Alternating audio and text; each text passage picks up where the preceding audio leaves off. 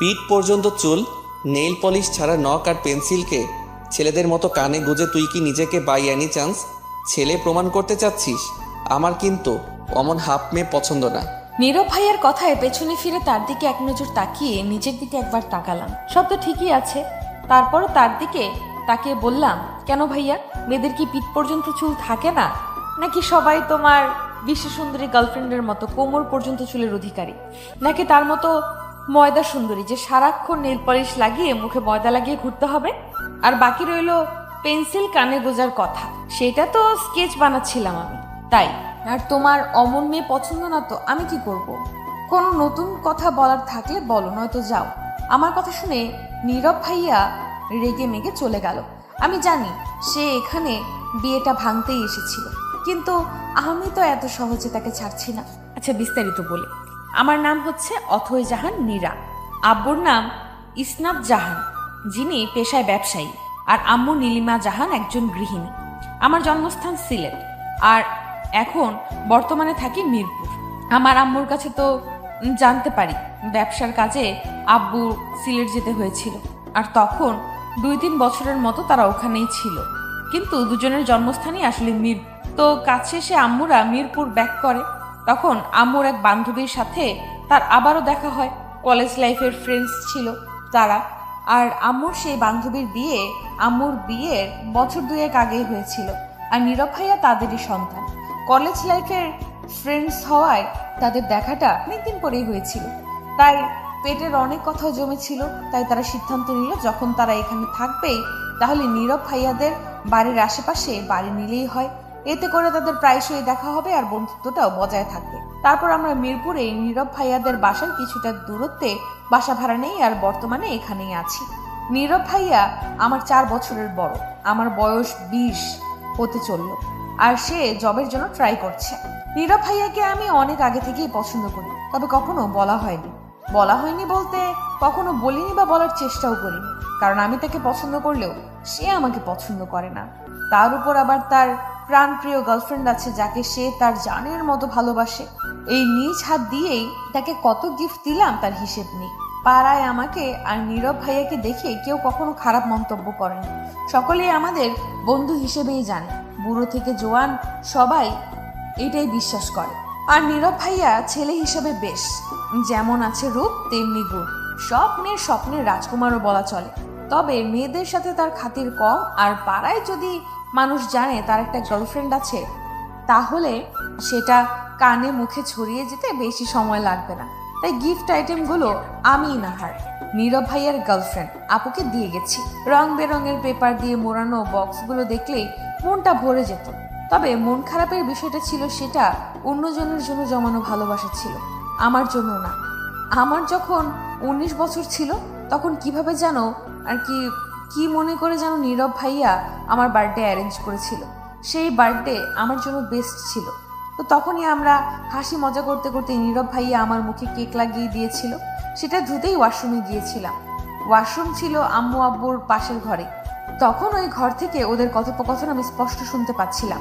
যেহেতু ওরা প্রায়শই যে কোনো বিষয় নিয়ে আলোচনা শুরু করে দেয়, সেহেতু আমিও চুপচাপ মুখে পানি দিচ্ছিলাম। কিন্তু হঠাৎই আন্টির মুখে নীরব ভাইয়ার নাম শুনতে পাই, আর নীরব ভাইয়ার বিষয়েও সব জিনিসেই আমার ইন্টারেস্ট আছে। তাই আমি আরেকটু দেওয়ালের দিকে সরে ভালো মতো শোনার চেষ্টা করলাম যে আসলে তারা বলছেটা কি। তখন আন্টিকে বলতে শুনেছিলাম তিনি নাকি এর পরের বছরই আমাকে তার বাড়ির বউ করে নিতে চান। যদিও নীরব ভাইয়ার জব নেই, তবুও তার রেজাল্ট অনেক ভালো। জব পেতে বিশেষ কোনো সমস্যা হবে না। প্রথমে ঘরোয়াভাবে বিয়ে দিয়ে তারপর ভাইয়া জব পেলেই ছোট্ট একটা অনুষ্ঠান করা হবে। অবশ্য অনুষ্ঠানে আমার বিশেষ কিছু এসে যায় না। সেদিন আমি অনেক খুশি হয়েছিলাম, যা কোনো অনুষ্ঠানের থেকে কম ছিল না। প্রায় 1 বছর পর্যন্ত সেই খুশি আমি নিজের মধ্যে সীমাবদ্ধ রেখেছি। এটা জানা সত্ত্বেও নাহার আপুকে গিফট দিয়ে গেছি। সেই টাইমটাই অনেক রাগ লাগতো নীরব ভাইয়ার উপর। আমাকে সে ছোট থেকে চিনে, কিন্তু আমার প্রতি তার কোনো ফিলিংসই জাগলো না। অবশ্য আমরা প্রায়ই এমন কাউকে ভালোবাসি, তারা আমাদের ভালোবাসার মূল্য দেয় না। এতে অবশ্য কারো দোষও দেওয়া যায় না, কারণ ফিলিংস তো আর জোর করে আনা যায় না। এই যে আমি নীরব ভাইয়াকে ভালোবাসি, সে হয়তো বুঝেনি কখনো। আর নীরব ভাইয়া যে নাহার আপুকে ভালোবাসে, নাহার আপু শুধু নীরব ভাইয়াকে টাইম পাস হিসাবে ইউজ করে, এটা সে বোঝে না। যদি নাহার আপু ভালো হতো তাহলে কখনোই আমি ওদের মাঝে তৃতীয় ব্যক্তি হতাম না, কারণ ভালোবাসা মানেই ত্যাগ। কিন্তু ভালোবাসার কোনো নির্দিষ্ট সংজ্ঞা নেই, সেটা যে যেমন করেই মনে করুক না কেন। বলা হয় ভালোবাসা নাকি অন্ধ হয়, তাই নাহার আপুকে নীরব ভাইয়া এতই ভালোবাসে যে তার সম্পর্কে কেউ কোনো কথা বললে গায়ে হাত তুলতেও দুবার ভাবে না। আমার গায়েও হয়তো হাত তুলতো, তবে মেয়ে বলেই হয়তো ছাড় পেয়েছি। কিন্তু বাসায় গিয়ে নিশ্চয়ই ভাঙচুর করবে বা আমার সাথে কথাও বলবে না দুই একদিন। আমার ভয় হতো যে নীরব ভাইয়া যদি আমাকে বিয়ে করতে না চায় তখন আমি কি করব। কিন্তু মনে একটা আশাও ছিল যে নীরব ভাইয়া আর যাই করুক অন্তত তার মায়ের কথা ফেলবে না। আর তাই হয়েছে, মায়ের কথা না ফেললেও সে আমাকে বিয়েটা করতে মানা করেছে। তার ধারণা আমি না বললেই বিয়েটা হবে না আর সে বেঁচে যাবে, কিন্তু আমি তো তা হতে দিব না। আমাদের বিয়ের ব্যাপারটা 1 মাস হলেও নীরব ভাইয়া জেনেছে, আর তখন থেকেই নানা বাহানায় আমাকে প্রত্যাখ্যান করতে থাকে, অন্য মেয়েদের সাথে তুলনা করতে থাকে। আজও সেই জন্যই এসেছিল, ইনডিরেক্টলি আমাকে বিয়েতে না বলতে বলেছে সে। আমাকে এটা বোঝাচ্ছে সে যে আমার মতো মেয়ে সে পছন্দ করে না। এখন তো বিয়ের মাত্র 1 সপ্তাহই রয়েছে, এর মধ্যে যে কি না কি করবে আল্লাহ জানে। 5 দিন পার হয়ে গেছে, এরপর ভাইয়ের সাথে আমার আর দেখা হয়নি। কলও করেছিলাম কিন্তু রিসিভ করেনি। করবেই বা কেন? আমি যে এখন তার কাছে জল্লাদের মতো, যে তার ভালোবাসা তার কাছ থেকে ছিনিয়ে নিচ্ছে। রাগটাও কি স্বাভাবিক নয়? আজ অনেক অস্থির অস্থির লাগছে, তাই ওদের বাসায় যাব ঠিক করলাম। আম্মু কখনোই আমাকে ভাইয়াদের বাসায় যেতে মানা করেনি, আজও করলো না, তবে জলদি ফিরতে বলল। কেনাকাটা করতে হবে নাকি। বিষয়টা আমার কাছে সব সময়ের মতোই বিরক্তিকর। আজ 5 মিনিটের রাস্তাও কেমন জানি পার হচ্ছে না। ভয় হচ্ছে এটা ভেবে যে আমাকে দেখে তার রিয়াকশনটা কি হবে যদি উল্টাপাল্টা কিছু আচরণ করে। বাসায় গিয়ে বেল 2 বার দিতে নীরব ভাইয়া এসে খুলে দিল। তার চোখ মুখ কেমন যেন শুকিয়ে গিয়েছে, দেখে খারাপ লাগলো। তবে আমি তাকে হারাতে চাই না, জানি বিষয়টা স্বার্থপরের মতো, তবুও আমি তাকে হারাতে চাই না। আমাকে দেখেই ভাইয়া আবার দরজা লাগাতে নিতেই আমি দরজায় হাত দিয়ে ফেললাম, তাই ও দরজা লাগাতে পারলো না, কিন্তু আমাকে রেখেই নিজের ঘরের দিকে চলে গেল। আমি তাড়াতাড়ি দরজাটা লাগিয়ে তার পেছন পেছন এসে তার ঘরে চলে এলাম। সে বিছানায় চোখ বন্ধ করে বসলো। আমি কি বলবো বুঝলাম না, কিন্তু কথা তো শুরু করতেই হবে। আন্টি কই? শপিং গেছে। ও, তোমার মুখ এমন দেখাচ্ছে কেন? কাটা ঘায়ে নুনে চিটা দিবি না একদম। তুই জানিস না কার জন্য আর কি কারণে আমার এই অবস্থা। ভাইয়া তুমি কেন আমার সাথে এমন করছো? ভাইয়া বলবি না একদম, সম্পর্কগুলো লজ্জা পাবে। তোকে তো বন্ধুর চোখে দেখতাম আমি, আর সেই তুই আমার পিঠে ছুরি বসালি। জানতিস না তুই আমি নাহারকে কতটা চাই?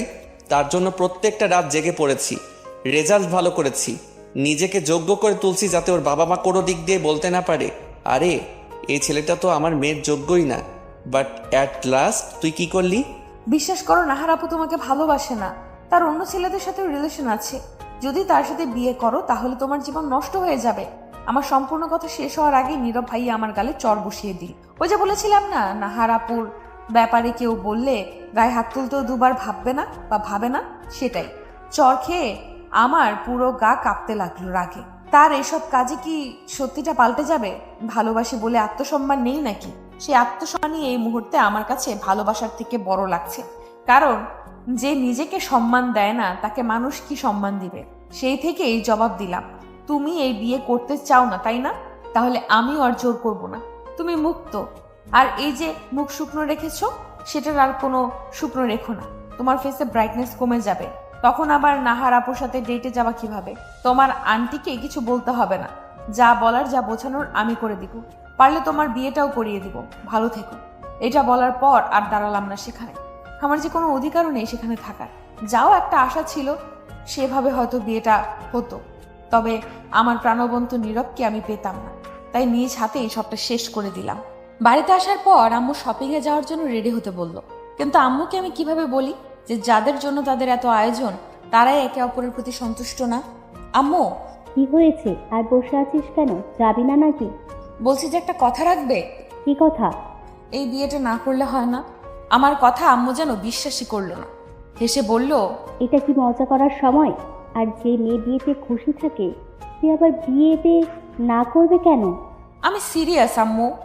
আজও তোর তো বিয়েতে কোনো সমস্যা ছিল না, মতও আছে বলেছিলি, তাহলে এখন এটাও বলার মানে কি? আমার এখনো মত আছে, কিন্তু যার সাথে বিয়ে দিতে চাচ্ছ সেই রাজি না। রাজি না মানে? নীরবের কথা বলছিস? নীরব রাজি না কেন? সে তো সবার সামনে মত দিয়েছিল, কিন্তু সেটা শুধুমাত্র আন্টির মন রাখার জন্য। সে অন্য কাউকে ভালোবাসে, আর সে যদি আমাকে শুধুমাত্র অপছন্দ করত তাহলে বিষয়টা মানা যেত। কিন্তু সে অন্য কাউকে চায়, আর সেটা আমাকে বলেছে। আমি যদি এখন কিছু না করি তাহলে সারা জীবন ও আমাকে দোষারোপ করবে। আর এভাবে কি পথ চলা যায় যেখানে অন্য কারো বসবাস? সব বুঝলাম, কিন্তু অন্য কাউকে পছন্দ হলে এনাকে বলতে পারতো। হেনা মনে হচ্ছে নীরব ভাইয়ার আম্মু, সে তার মায়ের কাছে না বলতে পারবে না, তাই বলছে না। তোমরা আমাকে বেকার ছেলের সাথে বিয়ে দিচ্ছ, কিন্তু নীরব ভাইয়া যাকে ভালোবাসে তার বাবা মা তো এভাবে বিয়ে দিবেন। তাই ভাইয়া ভেবেছিল একটা চাকরি পেয়েই আন্টিকে বলে দিবে, কিন্তু তার হলো কই। অবশ্য চাকরি পেলে হয়তো বিয়ে করেই বাড়ি ফিরতো একদম। এখন তুমি কিছু করতে পারো, ভাইয়ার জন্য না অন্তত আমার জন্য করো। বিয়েটা হয়ে গেলে সে আমাকে শান্তিতে থাকতে দিবে না। এমনও হতে পারে সে আমাকে রেখে অন্য জায়গায় চলে গেছে, সে কিছুই করতে পারে। তার আগে তুমি কিছু করো। আমার কথা শুনে আম্মু কপালে চিন্তার ভাঁজ দেখা দিল। আম্মু কিছুক্ষণ চিন্তা করে আমার দিকে তাকিয়ে বলল, তোর খারাপ লাগবে না? এই কথা শুনে আমি মাথা নিচু করে ফেললাম, কারণ এর যে কোনো উত্তর আমার কাছে নেই। হ্যাঁ, আমি বলতে চাই না, আর না আমি বলতে পারবো না। মিথ্যা কথা বললেই যে আমি ধরা খাই সবসময়। আমার কিছু না বলা দেখে আম্মু পাশে এসে বলল, কি করা যায় আমি দেখছি, তবে নিজেকে সামলে চলিস। নীরবের অন্য কারোর সাথে বিয়ে হলেও তোকে সামনে থেকে দেখতে হবে। আম্মু চলে গেল। আমিও আমার রুমে চুপচাপ চলে আসলাম। কত সহজেই না বলে দিলাম আমি ম্যানেজ করে নিব, করেও দিলাম। আম্মু হয়তো ভাবছে আমার বিয়ে ভেঙে যাবে, আর যার সাথে বিয়ে ভেঙে যাবে তারই বিয়ে আমাকে সামনে থেকে দেখতে হবে। তাই আমার কাছে কোনো উত্তর নেই। কিন্তু আম্মু তো আর জানে না এর ভেতরের জিনিসটা আমার কাছে কতটা গভীর। 1 বছর আগে যতটা না খুশি হয়েছিলাম, এখন সেই খুশি দ্বিগুণ দুঃখও দিচ্ছে মনে। সব খুশিগুলো দুঃখের নিচে চাপা পড়ে যাচ্ছে। তবে এর পরের দিনগুলো আমার জন্য কেমন হবে তা আমার জানা নেই। সেই দিন বিকেলেই আন্টি আমাদের বাসায় আসলো। আমি ছাদে মনমরা হয়ে বসেছিলাম তখন। আম্মু ডাক দিয়ে বলল আন্টি নাকি এসেছে। আমি জানি এখন আন্টি আমাকে নানা প্রশ্ন করবে, জানতে চাইবে সত্যটা। আমাকে সাজিয়ে গুছিয়ে আন্টিকে সবটা বোঝাতে হবে, নিজেকে যথাসম্ভব শক্ত রাখতে হবে। নিচে গিয়ে দেখলাম আন্টি একপাশে চিন্তায় ডুবে আছে। হয়তো ভাবছে তার ছেলের মধ্যে এমন কি খামতি আছে যে আমি তাকে বিয়ে করতে না করেছি। আমি গিয়ে স্বাভাবিকভাবেই আন্টির পাশে বসে বললাম, কি খবর আন্টি? হঠাৎ এমন সময়? আন্টি যেন ভূত দেখার মতো আমার দিকে তাকালো। তিনি হয়তো ভাবছে আমি হয়তো স্বাভাবিক আছি কি করে। আন্টি নিজেকে সংযত রেখে বলল, নীরবকে কি তোর ভালো লাগে না? যা মনে করেছিলাম ঠিক তাই। আন্টি সেসব বিষয় নিয়েই আমার সাথে কথা বলতে এসেছে। আমি বললাম, ভালো না লাগার কি আছে? তোমার ছেলে তো হাজারে একটার মতো, তা হঠাৎ এগুলো কেন জিজ্ঞেস করছো? কথা কাটাচ্ছিস? মানে? তুই আমাকে সরাসরি বল, সমস্যাটা কি? সবাই তো রাজি ছিলি, তাহলে হঠাৎ এই সিদ্ধান্ত নেওয়ার মানে কি? আমি অসহায় চোখে আম্মুর দিকে তাকালাম। আম্মু আমাকে চোখ দিয়ে আশ্বস্ত করে সব সত্যি বলতে বলল। আমি মনে সাহস জুগিয়ে বলা শুরু করলাম, আন্টি তুমি চাও না তোমার ছেলে ভালো থাকুক? তার ভালো থাকা এখানে আসছে কেন? তুমি শুধু আমার প্রশ্নের উত্তর দাও, তাহলেই সব প্রশ্নের উত্তর পেয়ে যাবে। আন্টি বিরক্ত চোখে বলল, সে আমার ছেলে, আমার সন্তান, তার ভালো থাকা আমি চাইবো না কেন? আর চাই বলেই তো তোর সাথে বিয়ে দিতে চাচ্ছি, যাতে করে সে তার জীবনে আরও সুখী হতে পারে। তুমি কি একবারও তার বিয়েতে মত জানতে চেয়েছো? তোদের সামনেই তো মত দিল। সেটা শুধুমাত্র তোমার মন রাখার জন্য। সে অন্য কাউকে চায়, সেটা সে তোমার মুখের ওপর বলতে পারবে না, কারণ তুমি আমি সবাই জানি সে তার পছন্দের মেয়ের চেয়ে তোমায় বেশি ভালোবাসে। আর আমাকে যে সে পছন্দ করে না সেটা সে ব্যবহারের মাধ্যমে প্রতিনিয়ত প্রকাশ করে যাচ্ছে। তোমার কথায় হয়তো সে বিয়ে করে নেবে, কিন্তু সুখী হতে পারবে না। তাই বলছি, একবার তোমার ছেলের কথা ভাবো, তার পছন্দকে একবার দেখো। কিন্তু কোনো কিন্তু না, তুমি এই বিয়েটা ভেঙে দাও। ভাগ্যে থাকলে তো সেটা তুমি আমি রোধ করতে পারবো না, তাই না? তাহলে হয়তো নিয়তি চায় না বিয়েটা হোক। আর যদি কোনো দিন নীরব ভাইয়া চায় আমাকে মন থেকে বিয়ে করতে, তাহলে সেদিন আমি আর দ্বিতীয়বার ভাববো না। এটাই কি তাহলে তোর শেষ কথা? তাহলে তাই হোক। আন্টি, হুম। আর একটা কথা, বিয়ে নিয়ে বাসায় তুমি আর কথা উঠাবা না, কোনো কথা উঠাবা না। তাকে নিজের মতো থাকতে দাও।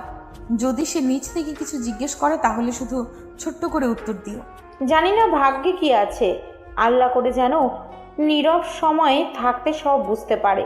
তোর জায়গায় অন্য কাউকে থাকলে হয়তো এরকম ত্যাগ দিত না। যাই হোক, খেয়াল রাখিস। আর বিয়ে ভেঙেছে বলে আমাদের বাড়ি আসা বন্ধ করবি না যেন। তুমি কি মনে করেছো এই হালকা একটা কারণে আমি আমাদের সম্পর্ক নষ্ট হতে দিব? আন্টি হালকা হাসলো। আমিও সৌজন্যমূলক একটা হাসি দিলাম। তবে এই হাসির পেছনের দুঃখটা কেউই দেখলো না। আর আমার জন্য এটা মোটেও ছোট বা হালকা কোনো ব্যাপার না। বিয়ে যেহেতু হচ্ছে না, তাই আমি আমার পড়ালেখা কন্টিনিউ করলাম। ভেবেছিলাম বিয়ের পর আর পড়বো না, কারণ নিজের বাসায় পড়া আর অন্যের বাসায় পড়া থাকা একই ব্যাপার না। তারা যতই আমাকে ভালোবাসুক, আমার পড়াশোনা নিয়ে তাদের সমস্যা না থাকলেও পাড়াপড়শি ঠিকই বিষয়টাকে ভালো চোখে দেখবে না, আর নানা কথা আন্টিকে লাগাবে। তখন আমাদের সম্পর্কটা আগের মতো স্বাভাবিক থাকবে না। পড়াশোনা করতে গেলেও নীরব ভাইয়ার চেহারা চোখের সামনে ভেসে উঠবে। ছোটবেলা থেকে চেয়ে এসেছি জীবনে এমন কেউ আসবে যে আমাকে তার চোখের মনি করে রাখবে, ভালোবাসবে। নীরব ভাইয়াকে দেখে আমার এমনই মনে হয়েছিল। তাকে সবসময় চাইতাম, কিন্তু ভাগ্য বলেও যে কিছু হয় সেটা হয়তো ভুলে গিয়েছিলাম। ভাগ্য হয়তো চায় না আমার আর তার মিলন হোক।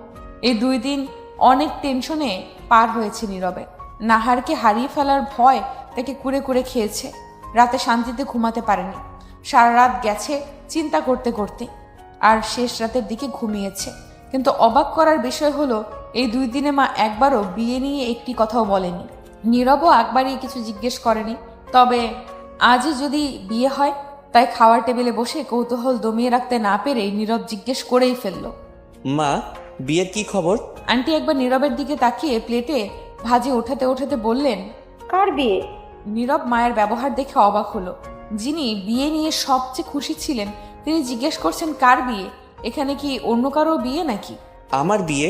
ও মা, তোর বিয়ে তো এখনো ঠিক করিনি বাবা। যখন তোর কাউকে পছন্দ হবে তখন বলিস। আগে একটা চাকরি তো নে। কেন, অথয়ের সাথে বিয়েটা হচ্ছে না? অবাক হয়ে বলল নীরব। নীরবের কথা শুনে তিনি নীরবের দিকে এক নজর তাকিয়ে একটা দীর্ঘশ্বাস ফেলে বললেন, তোর তো তাকে পছন্দ নয়, তাই না? তাই তোর ভালো কথা ভেবে সে বিয়েটা ভেঙে দিয়েছে।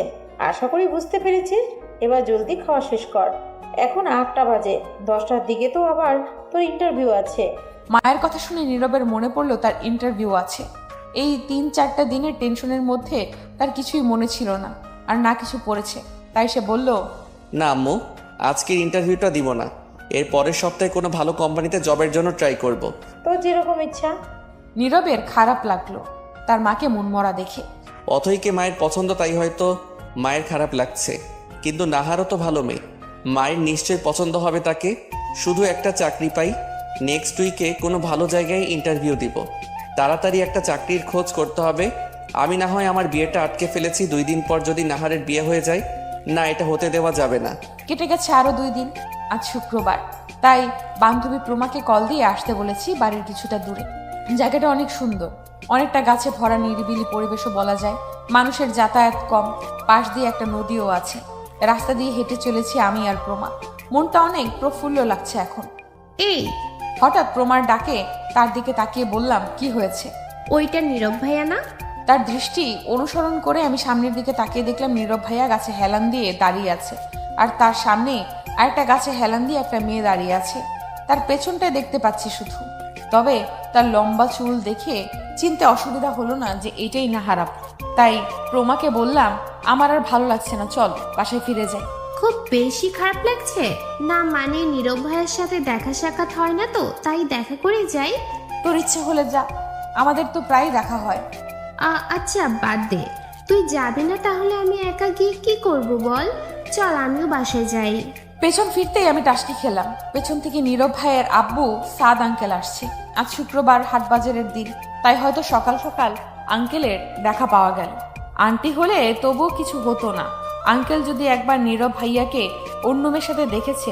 আমি জলদি প্রমার হাত ধরে আবারও নীরব ভাইয়ের দিকে যেতে লাগলাম। তখন প্রমা বলল, কি রে, ওইদিকে কই যাস আবার? তোর না খারাপ লাগছে? তুই তো বললি নীরব ভাইয়ের সাথে দেখা করবি, তাহলে দেখা করেই যা। কিন্তু এখন চুপচাপ দেখা কর, পরে সবটা বলছি। আমার কথা শুনে প্রমাও আর কিছু বলল না। আমি নীরবদের সামনে যেতেই তারা অপ্রস্তুত হয়ে গেল। হঠাৎ আমাদের এখানে আশা করেনি। আমি নাহার আপুর দিকে তাকিয়ে বললাম, আপু তুমি একটু দূরে যাও, নীরব ভাইয়ার আব্বু আসছে। আমাকে দেখে নাহার আপু হয়তো কটাক্ষ করে কিছু বলতো, কিন্তু আমার মুখে এই কথা শুনে কিচ্ছু বলল না। কিন্তু পেছনে ফিরে যাওয়ার সময় আমাকে উদ্দেশ্য করে বলল, নীরব কিন্তু আমারই থাকবে। আঙ্কেলের কথা বলাতে যে ভয়ের রেখা ভাইয়ের মুখে ফুটে উঠেছিল, সেটাই এখন নাহার আপুর কথায় খুশিতে পরিণত হয়েছে। তবে কথাটা আমার মনে দাগ কেটে গেল। রোমা বুঝলো না কিছুই, কারণ এই সব কিছুই শুধুমাত্র নীরব ভাইয়া আর আমার পরিবারের মাঝেই ছিল। কিন্তু নীরব ভাইয়াই হয়তো নাহার আপুকে বলেছে, কারণ সে কোনো কিছুই ওর থেকে লুকোয় না। এরই মাঝে আঙ্কেলও আমাদের পাশে এসে গেছে। আমরা কিছু সৌজন্যমূলক কথা বলেই আঙ্কেলকে বিদায় দিলাম। প্রমাও নীরব ভাইকে কিছু সাধারণ কথাবার্তা জিজ্ঞেস করলো। তারপর আমরা বিদায় নিতে গেলেই নীরব ভাইয়াও বলল সেও এখন বাসায় যাবে। তাই আমরা একসাথেই হাঁটতে থাকলাম, প্রমা মধ্যখানে আর আমরা দুইজন দুই পাশে। আমি তার পাশে দাঁড়াতে পারিনি, কারণ সংকোচ আর সে দাঁড়ায়নি, কারণ আমি সরে এসেছি বলে। চুপচাপ হাঁটতে হাঁটতেই হঠাৎ প্রমা বলে উঠল, আচ্ছা, নাহারাপুর তখনকার কথাটার মানে কি? ওর এই প্রশ্ন শুনে আমি আর নীরব ভাইয়া দুজনেই দাঁড়িয়ে গেলাম। আমাদের দাঁড়াতে দেখে প্রমাও দাঁড়িয়ে বলল, কি হলো, দাঁড়িয়ে গেলি কেন? তখন আমরা আবারও হাঁটতে শুরু করলাম আর বললাম, তুই তো জানিসই নাহার আপু নীরব ভাইকে কত ভালোবাসে, আর আমি আর নীরব ভাই তো অনেক ক্লোজ, তাই হয়তো ভুল বুঝে বলেছে। আমার কথা প্রমার বিশ্বাস হলো বলেই মনে হয়। পরের রাস্তায় আমি সংকোচে পড়লাম, কারণ এতক্ষণ প্রমার সাথে ছিল, কিন্তু তার বাড়ির ডান দিকেই, আর আমাদের এখন একা যেতে হবে। আমি কিছু না বলেই চুপচাপ হাঁটতে থাকলাম। এমনি দিন হলে হয়তো বকবক করে মাথা খেয়ে ফেলতাম তা, তবে আজ নিজেকে নিজের কাছেই তুচ্ছ মনে হচ্ছে। নাহারকে সব বলেছি আমি, এত সংকোচের কিছু নেই। জানি আমি। জানিস মানে? তার থেকে তো তুমি কিছু লুকিয়ে রাখো না, তাই জানি। তাহলে এত সংকোচ কিসের? একটা মেয়ের পছন্দের মানুষের সাথে বিয়ে ঠিক হওয়ার পর বিয়ে ভাঙলে সে নিশ্চয়ই আনন্দে আত্মহারা হয়ে থাকবে না। না পাওয়ার চেয়ে পেয়ে হারানোর দুঃখটা বেশি লাগে। তবে সেই শোকে যে তোমার বিয়েতে আসবো না সেটা কিন্তু মনে করো না। অবশ্যই আসবো, আর নিজ হাতে সবটা করবো। আমার কথার বিপরীতে নীরব ভাইয়ার কিচ্ছু বলল না। বাড়ি ফিরেই গোসল করলাম। নীরব ভাইয়া আর আমার বিয়ের খুশিতে যে পেন্টিংটা করছিলাম সেটাও বাকি থেকে গেছে। তো কি হয়েছে, বিয়ে না হোক, সেটা তো আমি কমপ্লিট করেই ছাড়বো। তাই সমস্ত সরঞ্জাম নিয়ে ব্যালকনিতে এসে বসলাম। আম্মু এখানে সাধারণত আসে না, তাই এটা শেষ হলে এখানেই রেখে দিব। মন খারাপ হলেও এখানে এসে এটা দেখ। অন্যদিকে নীরব মন দিয়ে প্রিপারেশন নিচ্ছে। তার চাচা একটা ভালো চাকরি ইন্টারভিউ দেওয়ার ব্যবস্থা করে দিয়েছে।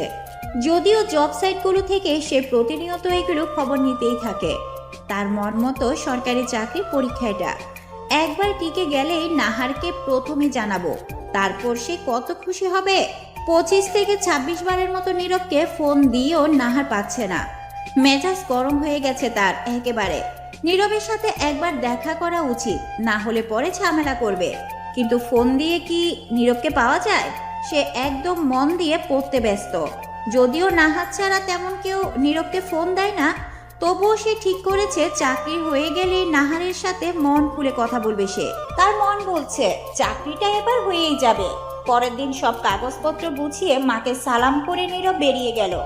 এর আগে কয়েকটা ইন্টারভিউ সে দিয়েছে, তাই তেমন একটা নার্ভাসনেস তার মধ্যে কাজ করছে না। প্রিপারেশনও ঠিকঠাক আছে, শুধু কনফিডেন্স থাকতে হবে। 5 মিনিট পর অফিসে এসে পৌঁছালো সে। সরকারি অফিসগুলো বুঝি এমনই হয় প্রত্যেকটা, তাই হবে। নয়তো কি সরকারি কর্মচারীদের বাড়ি এমনি এমনি বড় বড় হয়? রিক্সা ভাড়া মিটিয়ে ইন্টারভিউ রুমের দিকে এগোলো সে। প্রায় সবাই নার্ভাস, কেউ বা বইয়ে মুখ গুজে আছে। আচ্ছা, এরা কি জানে না পরীক্ষার আধা ঘন্টা আগে থেকে ব্রেনকে রেস্ট দিতে হয়? পড়াগুলো মাথায় সব ইনপুট হয়, জানবেই বা কিভাবে? এরা তো ফার্স্ট বেঞ্চার ছিল, সারাক্ষণ শুধু বই কিভাবে যে ঢুকে থাকে। একটুও ক্লান্তি বা বিরক্তি লাগে না? দেখতে দেখতে নীরবের ডাক পড়লো। নীরব সব প্রশ্নের উত্তর সহজেই দিয়ে দিল। তার কনফিডেন্স দেখে তারাও নীরবকে জব দিয়ে দিল, আর 2-1 দিনের মধ্যে জয়েন হতে বলল। নীরব বলল থ্যাংক ইউ স্যার বলে বেরিয়ে এলো ঠিকই, কিন্তু তার নাচতে ইচ্ছে করছে এখন। ইন্টারভিউ রুম থেকে বেরিয়ে তার পকেট থেকে ফোন বের করে সুইচ অন করে দেখতে পেল নাহারের অনেকগুলো কল। দেখেই সে মুচকে হাসলো। তারপর নাহারকে কল করলো সে। ওইদিকে নাহার নীরবের কল পেয়ে নিজের রুমে গিয়ে রিসিভ করলো।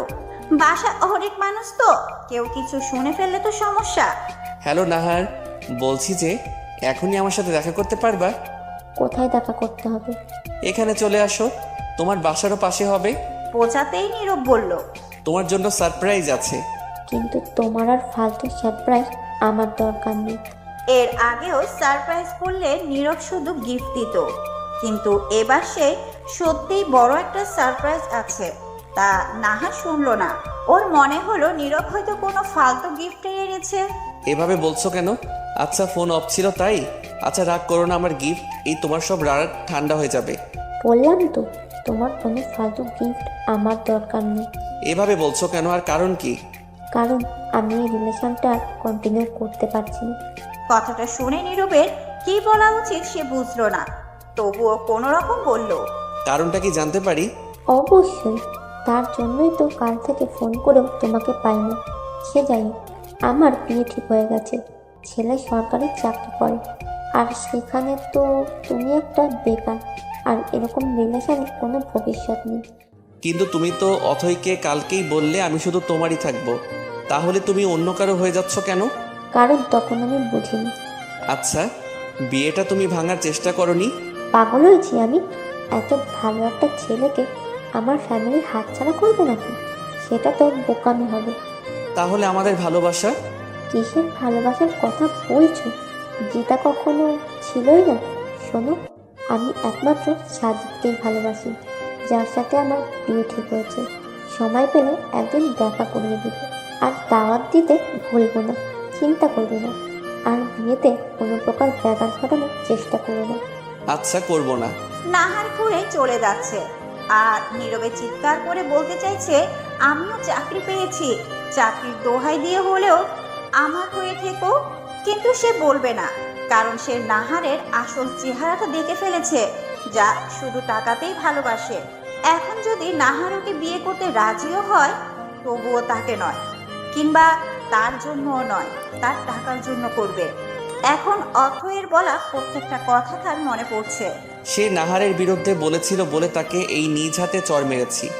আমার খারাপ হবে ভেবে সে নাহারকে দূরে করার চেষ্টা করছিল, কিন্তু আমি অথৈকে প্রত্যাখ্যান করেছি। আমি তার ভালোবাসা, তার ফিলিংস আমার জন্য সত্য ছিল, সেগুলোকে প্রত্যাখ্যান করেছি আমি। হীরাকে কাজ ভেবে ভুল করেছি আমি। মাকে কি জবাব দিব আমি? এত এত ভুলের মাঝে কার কাছ থেকে ক্ষমা পাবো আমি? এগুলোর একটাই সমাধান, হ্যাঁ সেটাই করব আমি। আর একটু রিক্সা ডেকে বাড়ির পথে রওনা হলো নীরব। কলিং বেল বাজাতেই নীলিমা জাহান গিয়ে দরজা খুলে দিলেন। এই সময় নীরবকে দেখে তিনি অবাকে হলেন, তবুও বললেন, এই সময় নীরব, কোনো কাজ ছিল নাকি? অথৈ কোথায়? হঠাৎ অথয়ের কথা? আন্টি প্লিজ বলো। ও তো ছাদে আছে। আচ্ছা। বলেই নীরব ছাদের দিকে গেল। নীলিমা শুধু নীরবের কার্যকলাপ দেখলেন, চোখ মুখ কেমন বিধ্বস্ত লাগছে তার। তাহলে কি সে নিজের ভুল বুঝতে পারলো ভেবে মুচকি হাসলেন নীলিমা।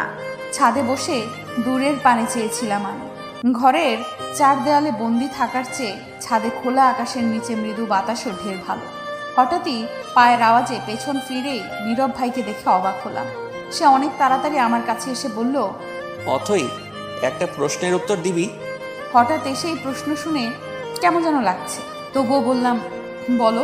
আমার যে চাকরি নাই, তবু তুই কেন বিয়ে করতে রাজি হলি? চাকরি তো বাচ্চার হাতের মোয়া না যে চাইলেই পাওয়া যাবে, আর এমনও না যে তুমি কোনোদিন চাকরি পাবা না। আর আমি কি সার যে সব খেয়ে ফেলবো? আর আমি একটা দীর্ঘশ্বাস ফেলে বললাম, সেটা তো জানোই। অথৈ, আমি তোর কাছে কিছু চাইলে দিবি? তোমার জন্য তো আমি নিজেকেই বিলিয়ে দিতে রাজি, সেখানে কিছু চাইলে দিতে পারবো না?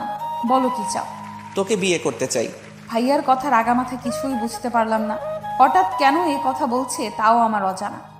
যে ছেলে বিয়ে করবে না বলে 1 মাস ধরে মাথা খারাপ করে দিচ্ছিল, নানা বাহানায় আমাকে বোঝাচ্ছিল সে আমাকে চায় না, আজ সেই আমাকে বিয়ে করতে চায়। এর নিশ্চয়ই কোনো না কোনো বড় কারণ আছে। বড় কোনো কারণ না থাকলে এত বড় সিদ্ধান্তও নেওয়া যায় না। তাহলে কি নাহার আপুর সাথে কিছু হয়েছে? হলেও কি এত বড় সিদ্ধান্ত নিত? আমি চট করে প্রশ্ন করলাম, নাহার আপুর সাথে কিছু হয়েছে তোমার? হলে মিটমাট করে নাও, এভাবে বাচ্চাদের মতো সিদ্ধান্ত নিচ্ছ কেন? আমার কথায় নীরব ভাইয়ার ফ্যাকাশে মুখটা আরো ফ্যাকাশে হয়ে গেল। তারপর ভাইয়া বলল, ঠিক ধরেছিস, নাহারের সাথে ঝামেলা হয়েছে আমার, তবে যা সিদ্ধান্ত নিয়েছি তা বাচ্চাদের মতো নয়। আর নাহার না কোনো বাচ্চাদের মতো ক্ষমা পাওয়ার কাজ করেছে। কি করেছে? ভাইয়া আমাকে আচমকায় জড়িয়ে ধরে বলল, তোর কথাই ঠিক ছিল অথই, ও আমাকে ঠকিয়েছে। আমি তোকে বিশ্বাস করিনি, তোর ভালোবাসাকে সম্মান করিনি। সবাই যখন নাহারের বিপক্ষে বলতো তখন আমি হাইপার হয়ে যেতাম। একবারও ভাবতাম না যে একজন বা দুইজন হয়তো চাইবে আমরা আলাদা হই, কিন্তু আমার শত্রুগুলো বলতো ও ভালো না, দেখিস তোকে ঠকাবে। আমি বিশ্বাস করতাম না। জানিস, আজ আমি আমার চাকরির খুশিতে ওকে বলতে গেছিলাম will you marry me, but তার আগেই ও নিজের বিয়ের খবর দিয়ে দিল। ওর ফ্যামিলি থেকে জোর করলে আমি কিছু বলতাম না, বাট ও নিজে রাজি ছিল। একটাবারও বিয়ে আটকানোর চেষ্টা ও করেনি। আর আমাকে কি বলছে জানিস, ওর নাকি সাজিদ নামে আগে থেকেই বয়ফ্রেন্ড ছিল, আর ও সরকারি চাকরি করে, আর ও ওকেই বিয়ে করবে। আমি এতটাই স্তব্ধ ছিলাম যে ওকে কিছু বলতেও পারিনি। উল্টে ও আমাকে তার বিয়েতে দাওয়াত করেছে। এর থেকে তো এটাই প্রমাণিত হয় যে ও আমাকে কখনো ভালোই বাসেনি। আমি জানি ও যেই ছেলেকে বিয়ে করবে তার টাকার জন্যই করবে। তারপর ভাইয়া একটু থামলো। আমিও স্তব্ধ হয়ে সবটা শুনলাম। ভালো হয়েছে ভাইয়া, ও সত্যিটা নিজ থেকে জানতে পারলো, নয়তো দেরি হয়ে গেলে কি যে হতো। যাক, দেরি হলেও বুঝতে তো পেরেছে। আমি ভাইয়াকে বললাম, তাহলে কি তুমি আমাকে নাহার আপুর বিকল্প হিসেবে চাচ্ছ? ভাইয়া আমার কাছ থেকে সরে দাঁড়িয়ে চোখের পানিটুকু মুছে কিছুক্ষণ চুপ থেকে বলল, কখনোই না, তোর সাথে ওর তুলনা কখনোই হয় না।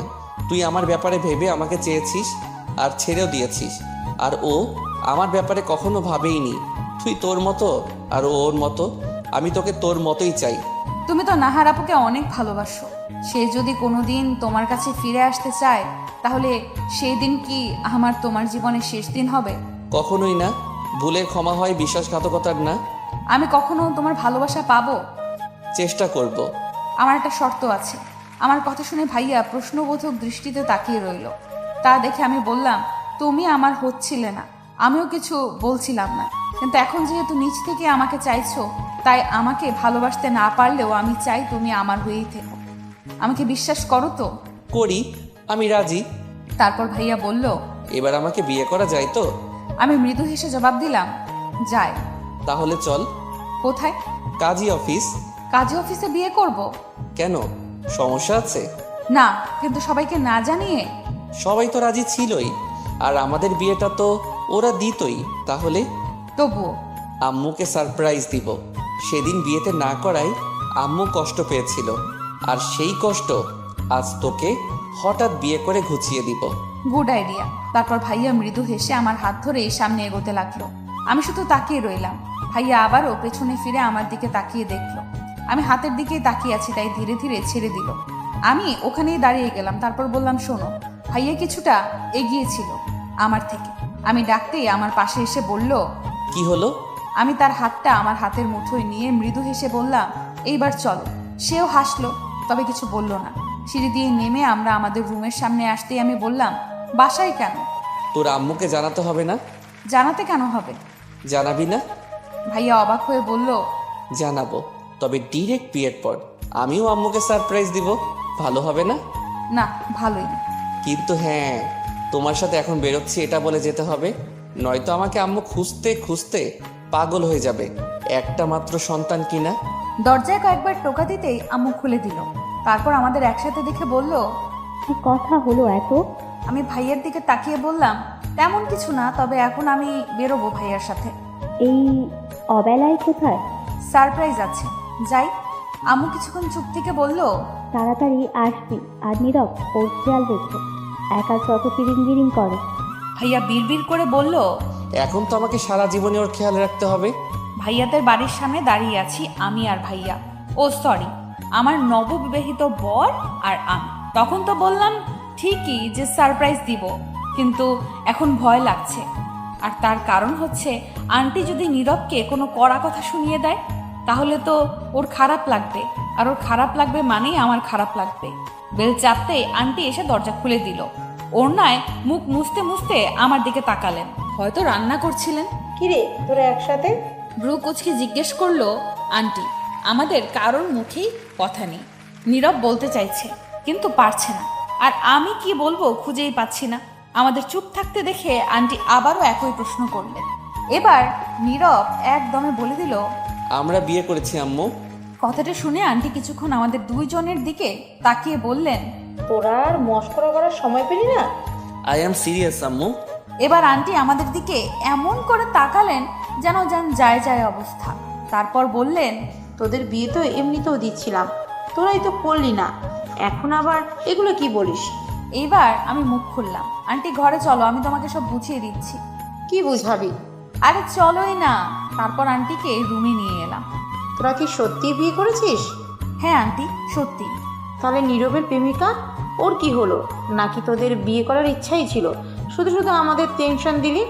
ওর প্রেমিকা ওকে ঠকিয়েছে। কি মানে? তারপর আন্টিকে আমি সবটা বললাম, এটাও বললাম যে তার ছেলে চাকরি পেয়ে গিয়েছে। সবটা শুনে আন্টি বলল, তাহলে তো নীরব তোকে ওর প্রেমিকা নেই বলে বিয়ে করেছে। সে যদি ফিরে আসে? বিয়ে করার আগে শর্ত দিয়েছিলাম, তার জীবনে আগে যা ছিল তার পরও আমি করি না, কিন্তু তার বর্তমান আর ভবিষ্যৎ জুড়ে যেন আমিই থাকি। সেও সবটা মেনে নিয়েছে।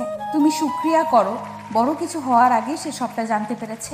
এই জন্যই বলে, আল্লাহ যা করেন ভালোর জন্যই করেন, কিন্তু ও যত বিশ্বাসঘাতকতাই করুক, এইটা একটা সময় তোমার ছেলে ওকে ভালোবাসত, তাই এত তাড়াতাড়ি ও ওকে ভুলতে পারবে না, আর তাই আমাদের ওকে সময় দিতে হবে। আর তুমিও ওকে এ নিয়ে কোনো কথা বলো না। ও যে সবটা ভুলে নতুন করে বাঁচতে চেয়েছে, মুভ অন করতে পেরেছে, এটা কিন্তু সবাই পারে না। ওর কাজের জন্য অনুতপ্ত, আর এটাও ভালো মতো বুঝেছে যে নাহার আপু বিশ্বাসঘাতক, তার কোনো ক্ষমা হয় না। এত ভুলের মাঝেও তুই নীরবকে ক্ষমা করে দিলি? ওকে কিছুদিন শাস্তি দেওয়া উচিত ছিল, তারপর মেনে না। না গো, তখন তো শাকচুন্নি আবার নিয়ে যেত আমার বরকে। একটার থেকে তো আল্লাহ বাঁচিয়েছেন। আর সত্যি বলতে তার চেহারার দিকে তাকিয়ে আমার প্রচুর মায়াও লাগছিল। আর আমি তো তোমাকে বলেছিলাম, যেদিন সে আমাকে মন থেকে বিয়ে করতে চাইবে সেদিন আমি আর দুবার ভাববো না। আর ক্ষমা করা তো মহৎ গুণ। তুমিও ক্ষমা করে দাও আর মেনে নাও আমাদের। যে আমার ছেলের জন্য বিয়ের আগে এতটা ভেবেছে, সেটা তুই, আর তাই তোকে আমার এত ভালো লাগে। আন্টির কথায় আমি মৃদু হাসলাম। তারপর আন্টি বলল, তোর মা জানে এত কাণ্ডের কথা?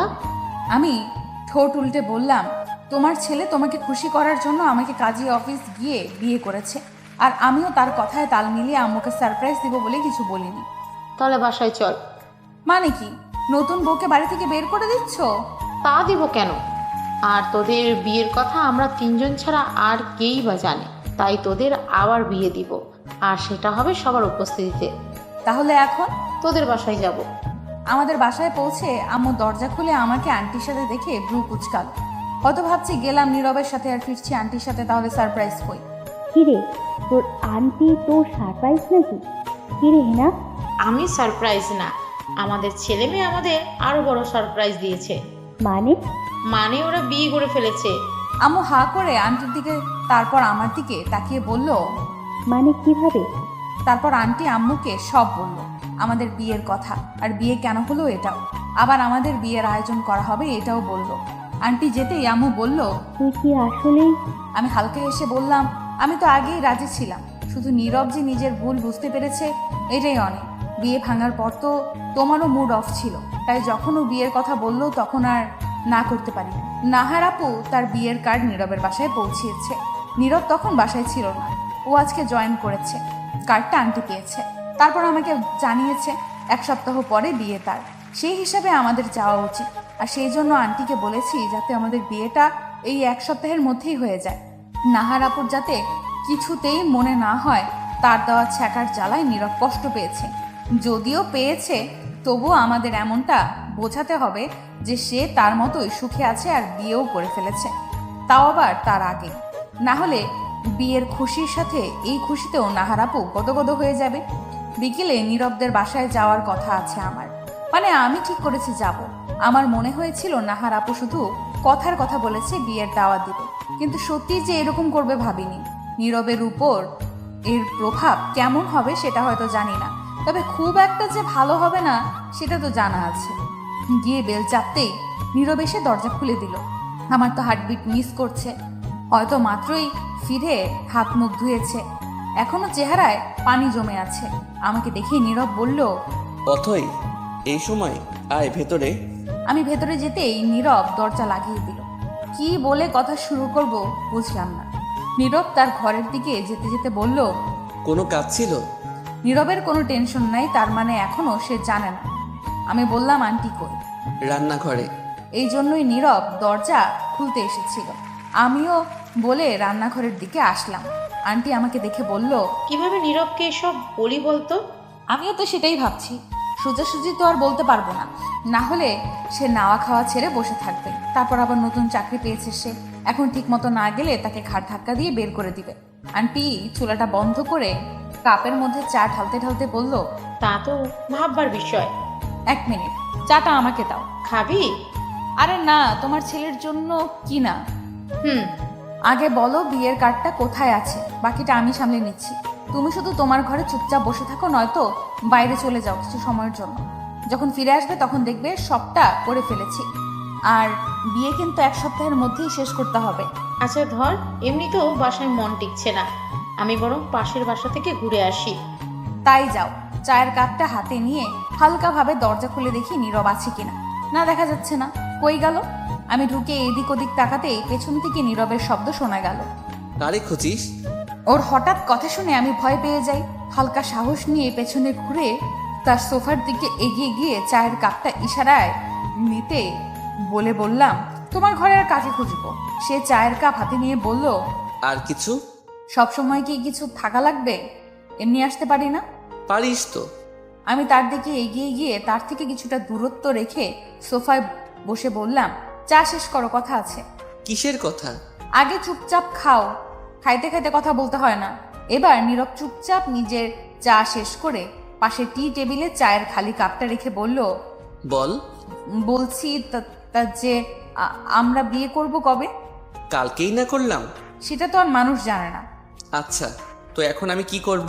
আন্টি যে তারিখ ঠিক করবে সেই তারিখে পুনরায় বিয়ে করবে। আচ্ছা।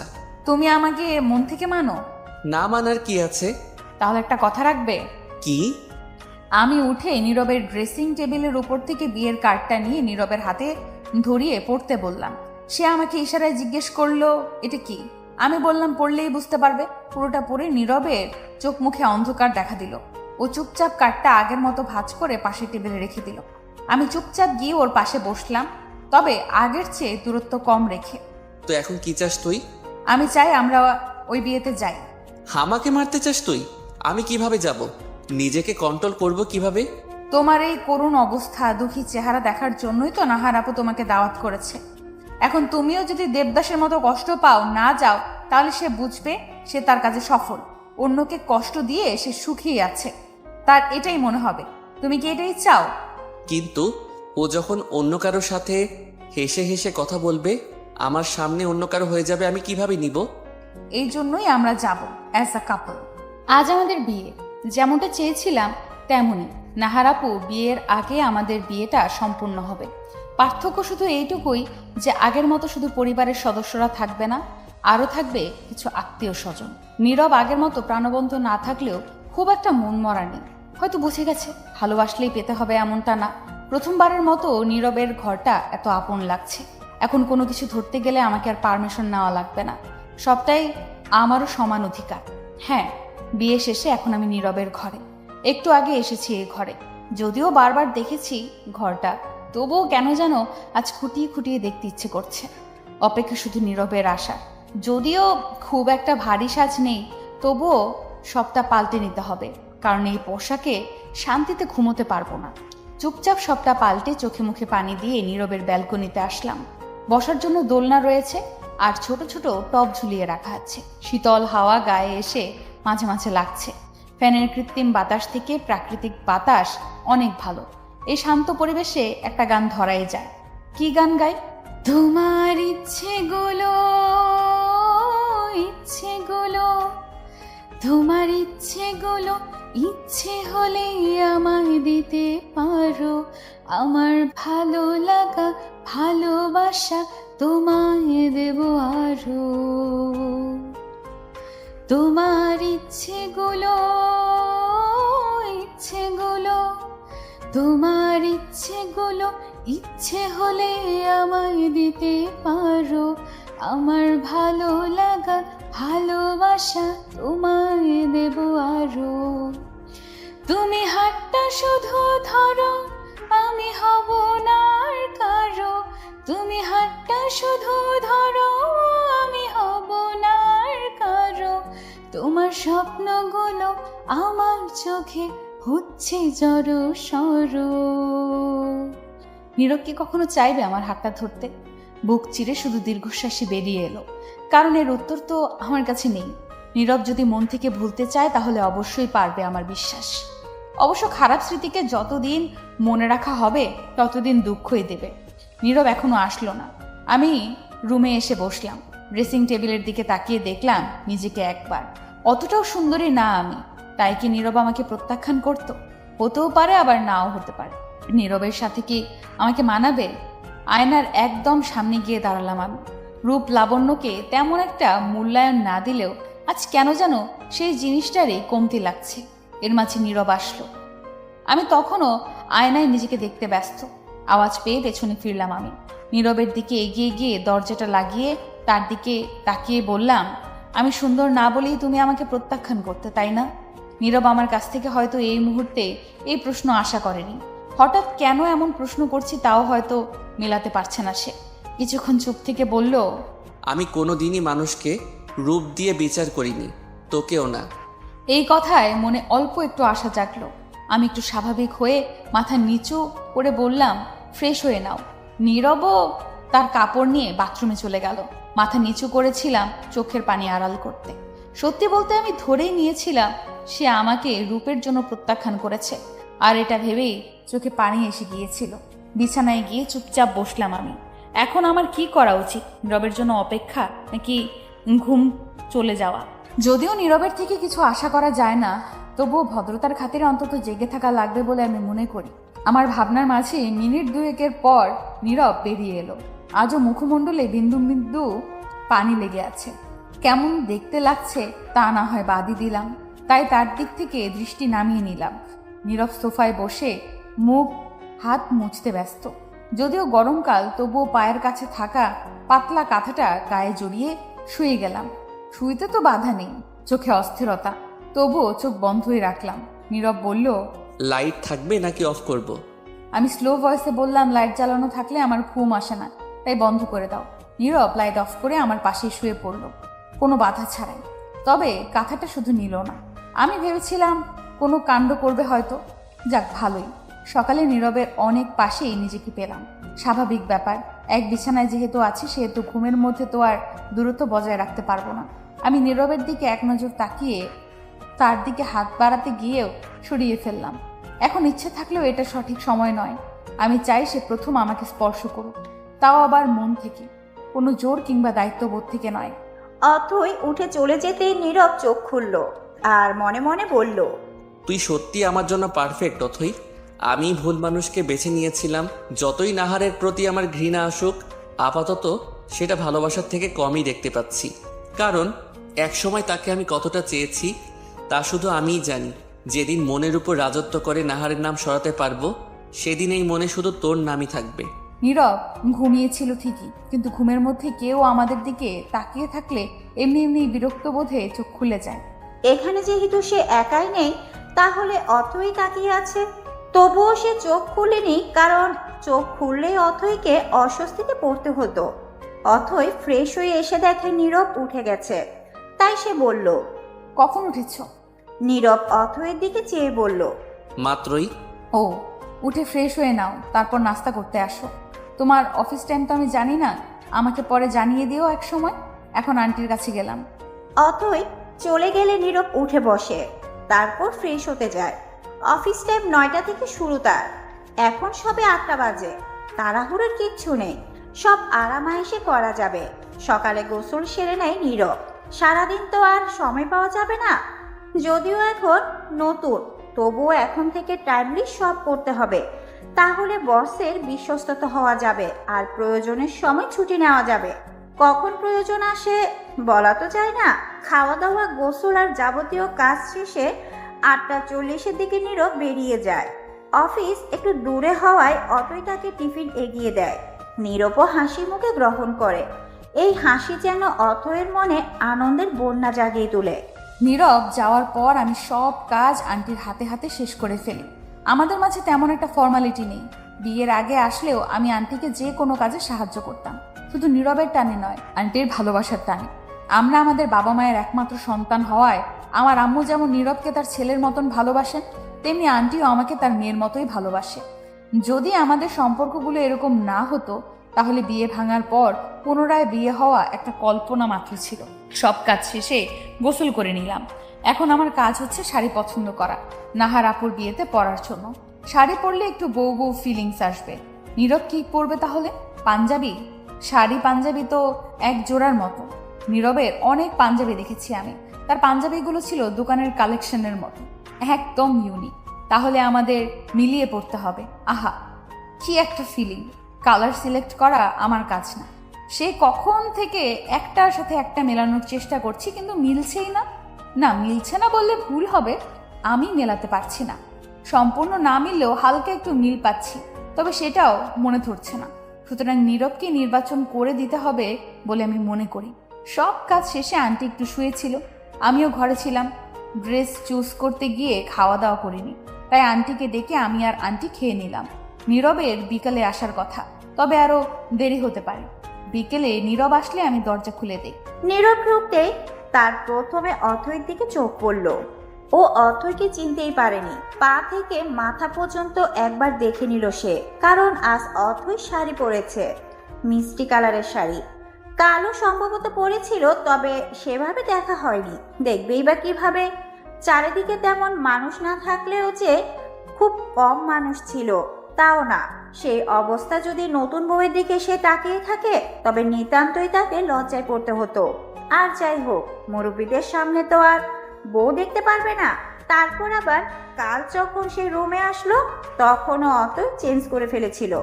আবার রুমে আসতেই সব উদ্ভট প্রশ্ন তার মাথা হ্যাং করে দিয়েছিল, তাই তাকে একটু দেখা হয়নি। এভাবে দাঁড়িয়ে থাকতে দেখে অথৈ নীরবকে উদ্দেশ্য করে বলল, কি হলো, ভেতরে আসো। তা শুনে নীরব ভিতরে এলো। হাত মুখ ধুয়ে বেরিয়ে আসতে অথৈ বলল, কিছু খাবে এখন? তুই আমাকে যেভাবে খাওয়াচ্ছিস ওভাবে খেতে থাকলে তো বেলুন হয়ে যাব। আমি ভেবে পাচ্ছি না আমি ওকে বেশি খাওয়ালাম কখন। আরে বেশি দূরে থাক, আমি ওকে খাওয়ালামই কখন? আসলামই তো কালকে। আমাকে চুপ থাকতে দেখে নীরব বলল, কি রে, চুপ করে গেলি যে? না, ভাবছি তোমাকে কখন খাওয়ালাম। সকালে যে দুপুরের জন্য টিফিন দিলি অতগুলো তো গরু খায় না। তা শুনে আমি বললাম, ও এক বেলাতেই কাতর হয়ে গেলে তা নিজে খেতে পারো না সেটাই বলো, খামোখা গরুর উপর দোষ দিচ্ছ কেন? অপমান করছিস? অপমান করার মতো কিছু বলেছি? নীরব মুখ বাঁকিয়ে আবারও ঘরে চলে গেল। আমি গেলাম আন্টির কাছে। নীরব কিছু নাই খাইতে পারে, আন্টি তো খাইতেই পারে, কিন্তু কেউই কিছু খাইলো না, তাই আমি রুমে চলে আসলাম। নীরব তখন বলল, আম্মু খেয়েছে দুপুরে? তোমার কি মনে হয় না খাইয়ে রাখছি? নীরব বই পড়ছিল তখন একটা। আমার কথা শুনে আমার দিকে চেয়ে বলল, সহজ একটা কথা জিগাইলাম, সহজ করে উত্তর দিতে পারোস না? না, পারি না। ঝগড়ুটে। আপনি আগে কে করছে? চুপ করে আমাকে একটু সাহায্য করলে খুশি হতাম। নীরব ব্রু উঁচিয়ে জিজ্ঞেস করলো, কি? আপনার জন্য নীল ড্রেস পছন্দ করছি, কালকে পরবেন? কাল? ও, পড়াই যায়। ঠং এমন মনমরা হয়ে বলছে যেন সব দুঃখ ওনারই। নীরব ব্রু কুচকে কিছু বলতে নিবে, তার আগে আমি বললাম, হইছে, এখন আপনার প্রেম কত গাঢ় ছিল, কত ভালোবাসা ছিল, ইউনিট টাইম, এগুলো বলতে শুরু করে দিবেন না। এমনিতেই মেজাজ খারাপ বলেই আমি চলে আসলাম। নীরব অথৈয়ের কথায় হা হয়ে শুনল পুরাটা। যতগুলো কথাও বলছে তার মধ্যে একটা কথাও আমি মনের মধ্যেও আনিনি। এখন আর ও যা ঝাড়লো, বাপরে বাপ, নাহারকে মনে করার টাইমই পাবো না আমি। অবশ্য মনে করতে চাইও না। যতগুলো কথা ঝেড়ে এলাম ততগুলোর একটাও আমার মনের কথা ছিল না, রাগও ছিল না। শুধু এখন উল্টা কোনো রিয়াকশন না দেখায় তাহলেই হবে। সন্ধ্যা তো হয়ে আসলো, ছাদের দরজা লাগিয়ে আসতে হবে, তারপর হয়তো নাস্তা বানাতে হবে। এই টাইমে নীরবদের বাসায় কোনোদিন আসলে দেখতাম আন্টি নাস্তা বানাচ্ছে। কারণটা নীরব, ও বেশিরভাগ সময় রাতের খাবার খায় না, আন্টি বলেছিল। এখন না খাইয়ে তো রাখতে পারবে না, তাই নাস্তা বানাতো। এখন তো সে চাকরি করে, সারাদিন খাটে, তাহলে নিশ্চয়ই ওর খাওয়ার কথা জিজ্ঞেস করে নিতে হবে, না হলে আবার নাস্তা বানাতে হবে। বানাতে হলে আন্টিকে কিছু করতে দিব না। এখন আমি আছি না, আন্টি কি করছে এখন? ঘুমোচ্ছে হয়তো। যাই হোক, নীরবের কাছে গিয়ে তাকে জিজ্ঞেস করতে হবে, এই যে কি নাস্তা খাবেন নাকি রাতের খাবার? যেটা মন চাই বানিয়ে ফেল। বানিয়ে ফেলবো, তারপর আপনি বলবেন মুড নাই, তখন আমি কি করব? আহা দেখোস না কাজ করি, তার মধ্যে আবার নাস্তা নাস্তা করস কিল্লাই। তো করব না, যখন পছন্দ হবে না খাবার তখন সারা রাত খিদার জ্বালায় মরবা, ওইটা ভাল লাগবে? নাস্তা কর। ধরো তোমার নাস্তা। আমার কথায় নীরব আমার দিকে ফিরে তাকালো। তুই এত তাড়াতাড়ি কাজ শেষ করে ফেলেছিস? কচু করেছি। কাজের মধ্যে এত কিসের ব্যস্ততা তোমার? 2 ঘন্টা হয়েছে আমার যাওয়া, সব কাজ শেষে তারপর এসেছি, আর বলে তাড়াতাড়ি। ঠিক মতো সময় দেখে বলো। ঘড়ির দিকে তাকিয়ে নীরব আমার দিকে তাকালো। আমার দিকে না তাকিয়ে খাবার শুরু করো, তারপর ঘুমাও। আম্মু। নামাজ শেষে খাবেন, তোমার তো এগুলো খেয়াল থাকে না। কাজের জন্য শুনিনি আজান, তাই বলে তো তুইও ডাক দিসনি। বলে আর দেরি না করে হাত ধুতে গেল। আমিও কিছু বললাম না, সত্যি আমার উচিত ছিল তাকে ডেকে দেওয়া। আমিও অজু করে নামাজ পড়ে নিলাম। নীরব খাওয়া দাওয়া শেষ করে নামাজ পড়তে বসলো। আমি খেয়ে রুমে আসার পর দেখলাম রুম অন্ধকার। লাইট জ্বালিয়ে দেখলাম নীরব ঘুমিয়ে গেছে। ও আজ সত্যিই ক্লান্ত ছিল হয়তো। লাইটটা নিভিয়ে ডিম লাইট জ্বালিয়ে আমিও তার পাশে আসলাম, তার দিকে ফিরে শুয়ে পড়লাম। কতক্ষণ তাকিয়েছিলাম জানি না, ওইভাবেই ঘুমিয়ে গেছি। সকালে নীরবের আগেই ঘুম থেকে উঠলাম, তাকে আর আন্টিকে নামাজের জন্য জাগিয়ে নিজেও নামাজ পড়লাম। নামাজ শেষ করে আন্টি আবারও শুয়ে পড়লেন, আর নীরবও। আমি শুধু নীরবের ব্যালকনিতে এসে দাঁড়ালাম। সকালের আকাশ বাতাস দুইটাই আমার কাছে অধিক প্রিয়। কিছুক্ষণ ওভাবে থাকার পর রান্নার কাজে লেগে পড়লাম। নীরব ঘুমানোর খানিক পরেই জেগে গেছিল, তারপর সেও হাঁটতে বেরিয়েছে। আমার রান্নার মাঝে আন্টিও এসে যোগ দিয়েছেন।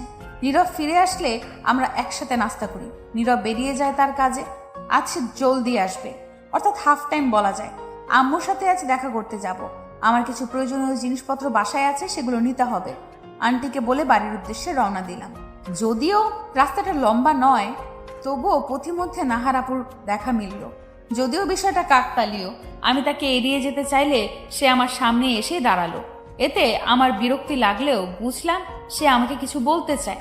সে আমাকে ভালো মন্দ জিজ্ঞেস করার আগেই বলল, তোমার ভাই কোথায়? ওর এই প্রশ্নে আমি রীতিমতো ভেবাচাকা খেয়ে গেলাম। এতদিন ধরে ও আমাকে জানে, অথচ আমার যে কোনো ভাই বোন নেই এইটা কেউ জানে না, নাকি অন্য কিছু বলতে চাইছে।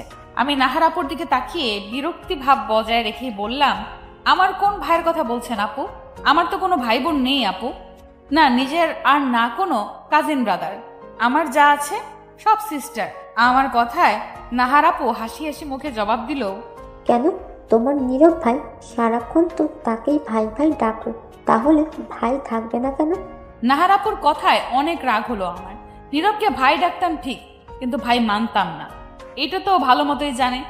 আর এখন কি না এই মেয়ে আসে আমার জামাইকে ভাই বানাতে, এর কি লজ্জা নেই? প্রথমে প্রেমের নাটক করে, তারপর আবার নিজের বিয়েতে সে ছেলেকে দাওয়াত দেয়, আবার এখন খোঁজ খবর নিতে আসে। আমি তবুও বললাম, তোমার কি লজ্জা নেই? তুমি কি অবস্থা করেছো তা তুমি জানো, এখন আবার তার খোঁজ খবর নিতে আসো কেন? খোঁজ খবর তো নেওয়াই লাগে, তাকে বিশেষভাবে দাওয়াত করেছি কিনা, সে যদি না আসে আমার তো খারাপ লাগবে। আমি মুচকি হেসে বললাম, চিন্তা করো না, সে আসবে আর তোমার জন্য সারপ্রাইজ নিয়ে আসবে। এখন যাই। আচ্ছা, কেমন সারপ্রাইজ? চিন্তার সাথে জবাব দিল নাহারাপু। তোমাদের কল রেকর্ডস বলে একটা হাসি দিয়ে চলে আসলাম। আমার ঘরের ব্যালকনিতে বসে আছি। পেন্টিংটার মতো যদি সত্যি নীরব আমার সব বিপদে ধরে ফেলতো। পেন্টিংটাই মূলত আমি আমার জন্মদিনের দিনকার কিছু মুহূর্ত এঁকেছি। সেখানে সবার সাথে ধাক্কাধাক্কি করতে গিয়ে নাহারাপু পড়ে যাওয়া ধরলে নীরব ধরে ফেলেছিল, কারণ সে আপুর পাশে দাঁড়িয়েছিল। সবাই তখন এটা দেখে তালি দিয়েছিল। বিষয়টা নীরব নাহারাপুকে ধরেছে তাই বলে নয়, কারণ ওরা যে রিলেশনে আছে সেটা হয়তো আমিই জানতাম। বিষয়টা অনেকটা সিনেম্যাটিক বলে সবাই তালি দিয়েছিল। এখন সেই জায়গায় নাহারাপুকে না আমি নিজেকে আঁকছি। হোক কল্পনায়, তবুও ভালো লাগে। আম্মুর সাথে কিছুক্ষণ কথা বলে দুপুরের দিকে বাসার উদ্দেশ্যে রওনা হলাম।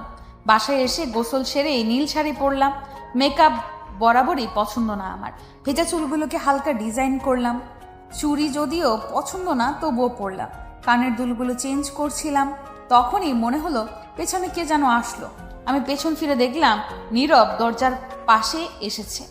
এখনো জুতা খোলায় ব্যস্ত সে। আমাকে খেয়াল করেনি হয়তো। আমি গিয়ে তার সামনে দাঁড়ালাম। সেও উপরে তাকিয়েই নীরবের কাছে মনে হচ্ছে তার স্বপ্নে দেখা সেই পরী মনে হয় তার সামনেই এসেছে। যাকে সে কল্পনা করত আজ সে বাস্তবে দাঁড়িয়ে। নীল শাড়ি, নীল কাচের চুড়ি, খোলা চুল, মুখে কোনো কৃত্রিমতা নেই, যা আছে সবটাই প্রাকৃতিক সৌন্দর্য। কিন্তু অথই এসব জানলো কিভাবে? কি হলো? ওইভাবে কি দেখো? অথয়ের কথায় নীরব ভাবনা ছেড়ে বাস্তবে এসে বলল। খুব সুন্দর লাগছে তোকে। অথই যেন বিশ্বাসই করতে পারছে না। এটাই কি নীরব বলল? কি বললে আবার বলো। এখন নীরবের মনে হচ্ছে কথাগুলো বলে সে ভুল করেছে। এখন অথই তার মাথা খাবে। তবুও সে একটু সাজিয়ে গুছিয়ে বলল। বললাম যে নীল শাড়ি আর নীল চুড়ি আমার ভীষণ পছন্দ, তাই এগুলো ভালো লাগছে। নীরবের কথা শুনে অথয়ের মুখটা অন্ধকার করে বলল। ও, ফ্রেশ হয়ে নাও। অথয়ের কথা শুনে নীরব আর দেরি না করে চলে গেল। নীরব যাওয়ার পর অথয় হালকা হাসলো। এটা ভেবে যে ইনডাইরেক্টলি সে তাকে সুন্দর বলেছে। তারপর ওয়াশরুমের দিকে এক নজর চেয়ে সে নীরবের ডায়েরিটা হাতে নিল। এটা সে বাসরাতে যখন সম্পূর্ণ ঘর খুঁটিয়ে খুঁটিয়ে দেখছিল তখন নীরবের ড্রয়ার থেকে পেয়েছিল। ডায়েরিটাও নীল রঙের। নীরবের প্রায় সবকিছু আকাশি বা নীল রং। এর থেকে প্রমাণ পাওয়া যায় নীল রংটা নীরবের পছন্দ। একজন ব্রিলিয়েন্ট স্টুডেন্ট হওয়ায় নোটস আর ডায়েরি থাকাটা খুব সাধারণ ব্যাপার। তবে বেশিরভাগ নোটস যেগুলো কাজের সেগুলো হয়তো বইয়ের সেলফে আছে, নয়তো টেবিলের উপর, কিন্তু এটাই ড্রয়ারে রাখা, তাও আবার যত্ন সহকারে। প্রেম কাহিনী তো নীরব লিখবে না, কারণ যারা নিজের মনের ভাব কারো কাছে প্রকাশ করতে পারে না কিংবা একতরফা ভালোবাসা হয় তারাই বেশিরভাগ ডায়েরি লিখে বলে অথই মনে করে। কিন্তু ডায়েরিতে লিখেও কি কোনো লাভ তো হয় না। সে যাই হোক, যদি এটা প্রেম না হয় তাহলে কি নিয়ে এখানে লেখা আছে সেটা জানার প্রবল আগ্রহ জাগে তার মনে। আর তখনই ধীরে ধীরে জানতে পারে নীরবের কাল্পনিক সেই মেয়ের কথা। সেখানে কিন্তু ও কারো নাম উল্লেখ করেনি। তাই নীল ড্রেসই পরে বাছাই করে দুজনের জন্য, আর আজও সেভাবেই সেজেছে। অন্য তেমন গুরুত্বপূর্ণ কিছু পায়নি সেই ডায়েরির মধ্যে। যা আছে তা হচ্ছে নীরবের কয়েকটা ইচ্ছা, যা সে তার কাল্পনিক সঙ্গীকে কল্পনা করে লিখেছে। তাই অথই আর সেদিক পড়েনি। সে চায় নীরব নিজ থেকে তাকে নিয়ে সেই ইচ্ছাগুলো পূরণ করুক, আর অথই বরাবরের মতে মুক্ত হয়ে তা উপভোগ করুক। তার মনে হচ্ছে দিনটি বেশি দূরে নয়। ডায়েরিটা আবার আগের জায়গায় রেখে অথই চুপটি করে বসলো। নীরব এখনই শাওয়ার নিয়ে বেরিয়ে আসবে হয়তো। অথই ব্যালকনিতে গিয়ে চুপচাপ দাঁড়িয়ে রইল। তার মিনিট দুয়েক পরে নীরব বেরিয়ে আসলো। পরনে রয়েছে নীল পাঞ্জাবি, উপর দিয়ে লাল কোটি আর সাদা পায়জামা। চুলে হাত বুলাতে বুলাতে নীরব এগিয়ে আসলো অথইয়ের দিকে। নীরবকে এক নজর দেখে অথই মুগ্ধ হলো। যতটা ভেবেছিল তার চেয়েও বেশি সুন্দর দেখাচ্ছে তাকে। নীরব ভ্রু উঁচিয়ে তাকিয়ে আছে তার দিকে, অথচ তার খেয়ালই নেই। নীরব জিজ্ঞেস করলো, কি দেখিস ওভাবে? তোমাকে। আনমনে উত্তর দিল অথই। নীরব মুচকি হেসে এগিয়ে গেল তার দিকে। তারপর গ্রিলে হেলান দিয়ে বুকে দুই হাত গুজে জিজ্ঞেস করলো, তাই? নীরবের এমন নেশাত্মক কণ্ঠস্বর শুনে অথয়ের অপ্রস্তুত হয়ে পড়ল। তারপর নীরবের দিকে চেয়ে দেখলো সে এখনো আগের নিয়ে দাঁড়িয়ে আছে, আর ঠোঁটের কোণে মুচকি হাসি বিদ্যমান রয়েছে। এতেই যেন অথয়ের ঘায়েল হয়ে পড়েছে। তাই চট করে সে অন্যদিকে ফিরে বলল, এখানে দাঁড়িয়ে আছো কেন? অনুষ্ঠান শেষ করে যাওয়ার ইচ্ছা আছে নাকি? বলেই ঘর থেকে বেরিয়ে আসলো আর স্বস্তি নিঃশ্বাস ফেললো। আর একটু পর নীরব ঘর থেকে বেরিয়ে আসলো। চুলগুলো সেট করে এসেছে সে। দুজনে মিসেস হিয়ার থেকে বিদায় নিয়ে বেরিয়ে পড়ল। ঠিকানা অনুযায়ী নাহারের বাসা বেশি দূরে নয় বলে দুজনেই একটা রিক্সা নিল। পাশাপাশি দুজনে রিক্সায় বসে আছে, কারোর মুখে কোনো কথা নেই। অথয়ের পিঠ পর্যন্ত ছড়ানো কেশগুলো বারংবার নীরবের মুখ স্পর্শ করছে। এতে নীরবের বিরক্ত লাগছে না, বরং ভালোই লাগছে। শ্যাম্পু আর চুলের ঘ্রাণ যেটাই হোক নীরবের কাছে ভালো লাগছে। অথয়ের মুখের সামনে বারবার চুল চলে আসায় সেই সরাতে সরাতে বিরক্ত হয়ে গেছে। হয়তো চুল ছেড়ে আসতেই হতো না, এই ধারণা ওর মনে রিপিট হচ্ছে। তখনই তার ঘাড়ে সেই শীতল স্পর্শ অনুভব করে। চট করে বাম দিকে ফিরে দেখে নীরব ওর দুই পাশের চুলগুলো সব পেছনে আনছে। তারপর হাত দিয়ে সবগুলোকে ধরে রেখে মৃদু হেসে অথয়ের উদ্দেশ্যে বলল, আর বিরক্ত করবে না, আমি এটা ধরছি, তুই তোর শাড়ি সামলা। বলে সমান দিকে চোখ রাখলো নীরব। অথই আর আঁচলের দিকে তাকিয়ে দেখলো অনেকটাই পায়ের দিকে চলে গেছে। চুলের দিকে খেয়াল করতে গিয়ে আঁচলের দিকে খেয়ালই করেনি সেও মুচকি হেসে আঁচলটা 2 হাতে চেপে বসলো। এখন মনে হচ্ছে চুল ছেড়ে এসে ভুল করেনি সে। খোলা চুলে না আসলে এই ছোট্ট কেয়ারটা মিস করতো সে। নীরবের এই অল্প কেয়ারে হয়তো বাস্তবে অনেক রূপ ধারণ করবে। পাক্কা 10 মিনিট বাদে নীরবের রিক্সা একটা বাড়ির সামনে থামলো। হরেক রকম ফুল নিয়ে সাজানো হয়েছে গেট, আর 4 তলা বাসাটাতে লাইট ঝোলানো রয়েছে। হয়তো রাতের জন্য। রিক্সা ভাড়া মিটিয়ে সামনের দিকে এগিয়ে গেল তারা। এত মানুষ এখানে থাকারই কথা। সরকারি চাকরিজীবীর বিয়ে বলে কথা। যেমন ভালোবাসা দেখাচ্ছে নাহার, ভিড়ের মাঝে বারবার লোকজনের ধাক্কা খাচ্ছে অথই। তাই না পেরে সে নীরবকে বলল, একা একা এগিয়ে না গিয়ে আমাকে সঙ্গে নিলে কি তোমার ক্ষতি হবে? ভিড়ের মাঝে হারিয়ে যাচ্ছি তো। নীরব ঘাড় ঘুরিয়ে পেছনে তাকিয়ে দেখলো অথই তার দিকে চেয়ে আছে, আর মাঝে মধ্যে মানুষের দিকে বিরক্তকর দৃষ্টি নিক্ষেপ করছে। সে অথইর দিকে এগিয়ে গিয়ে তার হাত ধরে বলল, আস্ত বাচ্চাকে বিয়ে করেছি আমি, পুলিশে না ধরলেই হয়। এই কথা অথই শুনতেই বলে উঠল, বাচ্চাদের মতো কি দেখলে? এত মানুষের মাঝে ধাক্কা খাচ্ছি বলে তোমাকে ডাকলাম, না হলে অজানা জায়গায় হারিয়ে গেলে তোমাকেও খুঁজে পাবো না, বাড়ির রাস্তাও খুঁজে পাবো না। সেটাই তো, বাচ্চাদের কাজ অজানা জায়গায় তারা হারিয়ে যায়। সেই জন্য একটা বড় মানুষ পাশে থাকা দরকার, আর এই মুহূর্তে সে বড় মানুষটা আমি। কিন্তু আমি আমার চেয়ে তুই ছোট, এটাই শেষ কথা। এবার চুপটি করে এখানে বস। একটা চেয়ার দেখিয়ে বলল নীরব। অথই ওখানে বসে চারদিকে চোখ ঘুরিয়ে সবটা দেখতে লাগলো। সামনে নাহার তার বরের সাথে মহা খুশির সাথে কথা বলছে। নীরবের সাথে কথা বলছিল বলে সে ওদের খেয়ালই করেনি।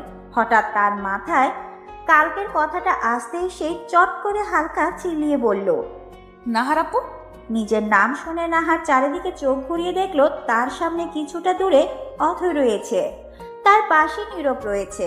অথইকে দেখে তার চোখ আপনা আপনি ছোট হয়ে গেল। সে তো নীরবকে দাওয়াত করেছিল, তাহলে অথই এখানে কেন? সে কি নীরবের সাথে এসেছে? এই প্রশ্ন ভাবা বাদ দিয়ে সে এখন সকালে বলা অথয়ের কথাটা নিয়ে ভাবছে। সত্যি কি নীরবের কাছে তার আর নাহারের বলা কল রেকর্ডিংস আছে? থাকলে তো ভারী চিন্তার বিষয়।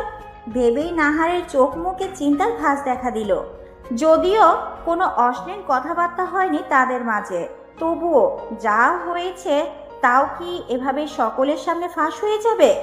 তাহলে তো তার ফ্যামিলির সম্মান ধূলিসাৎ হয়ে যাবে। সাথে সে হারাবে সোনার ডিম পাড়া মুরগি, অর্থাৎ যার সাথে তার বিয়ে হচ্ছে।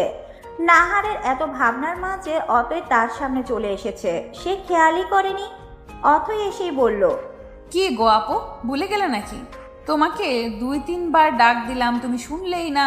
তোমার সারপ্রাইজ গিফট নিয়ে এসেছি, সেটাই বলতে এলাম। এখন যাই। আচ্ছা। অথই যেতে নিতেই নাহার তাকে থামিয়ে ভয়াত্মক মুখে বলল, তুমি কি সত্যি রেকর্ডিংস নিয়ে এসেছো? নাহারের এহেন কথা শুনে অথয়ের বেশ লাগছে। তারপর সে বলল, সবাই তো তোমার মতো না।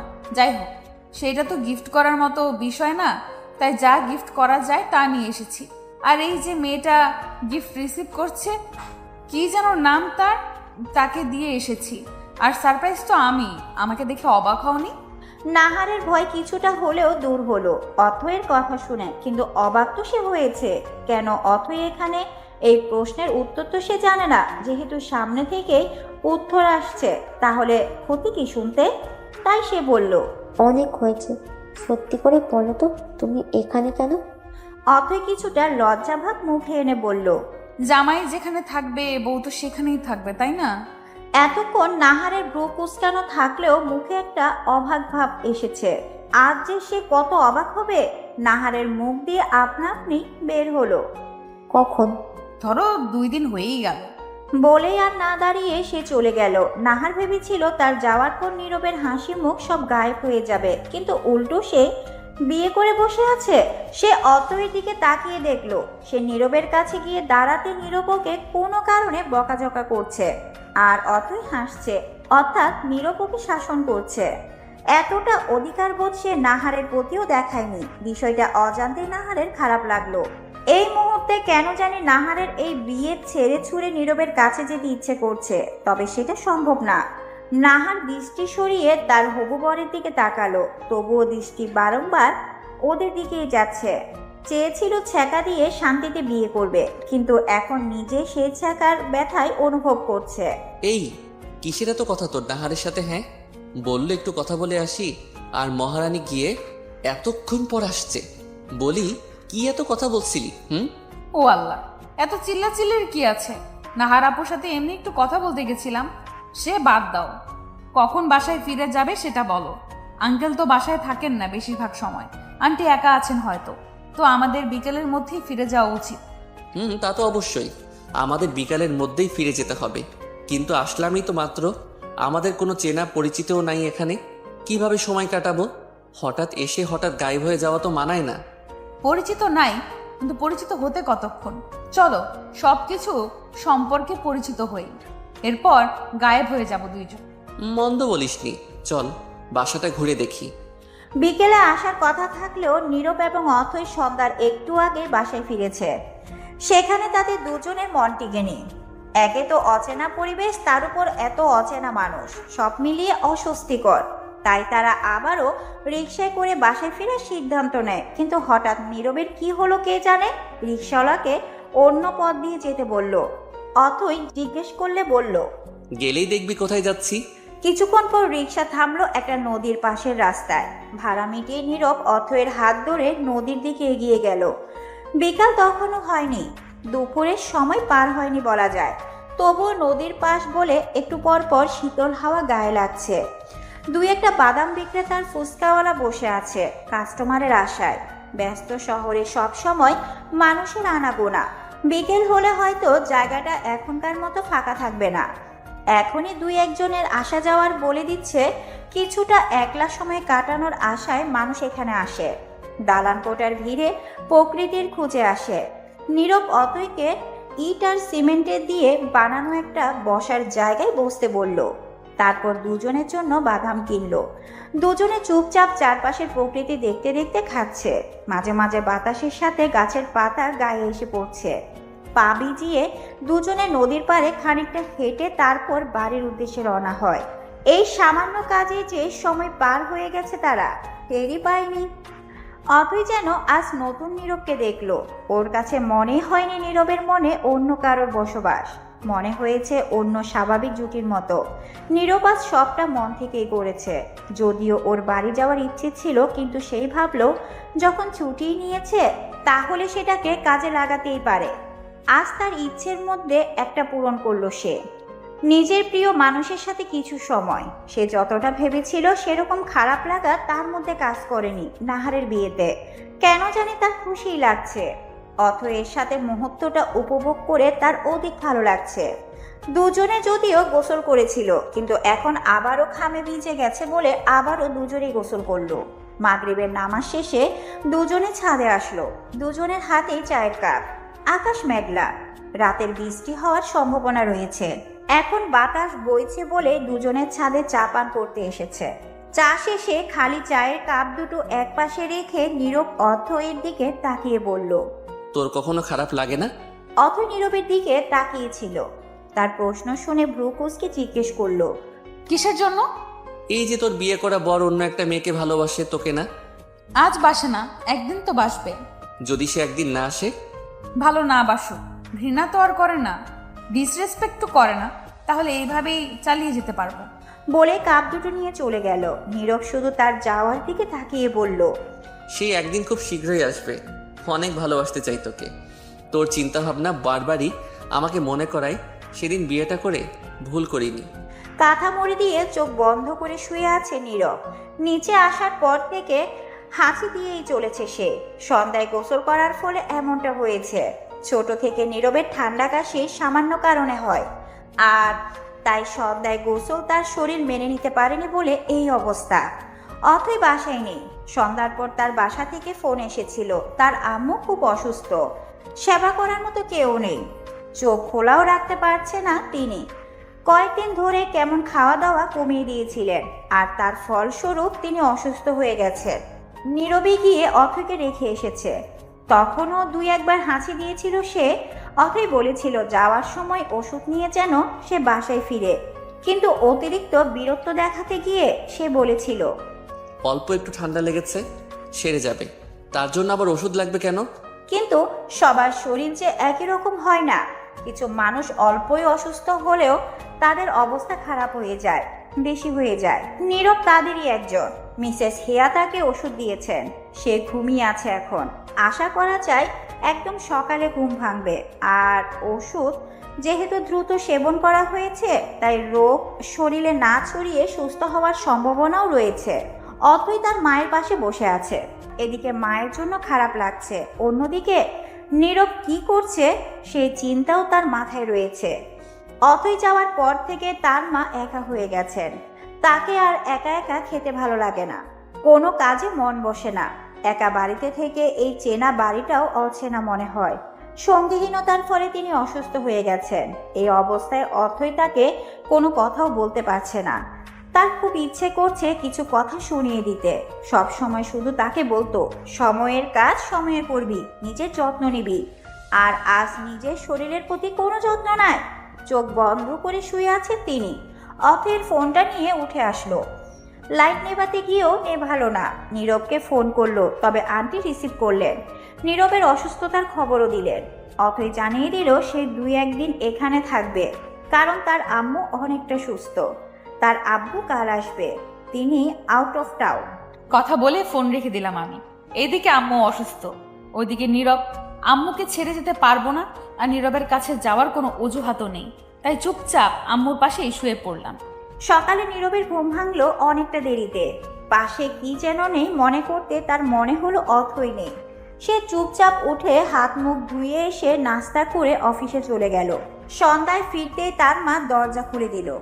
সে ভিতরে এসে কাপড় চেঞ্জ করে অথইকে কোথাও দেখলো না। অথই বলেছিল কালকের মধ্যেই চলে আসবে, অর্থাৎ আজ আসার কথা ছিল, কিন্তু আসে না। তাই সে তার মায়ের ঘরে গেল।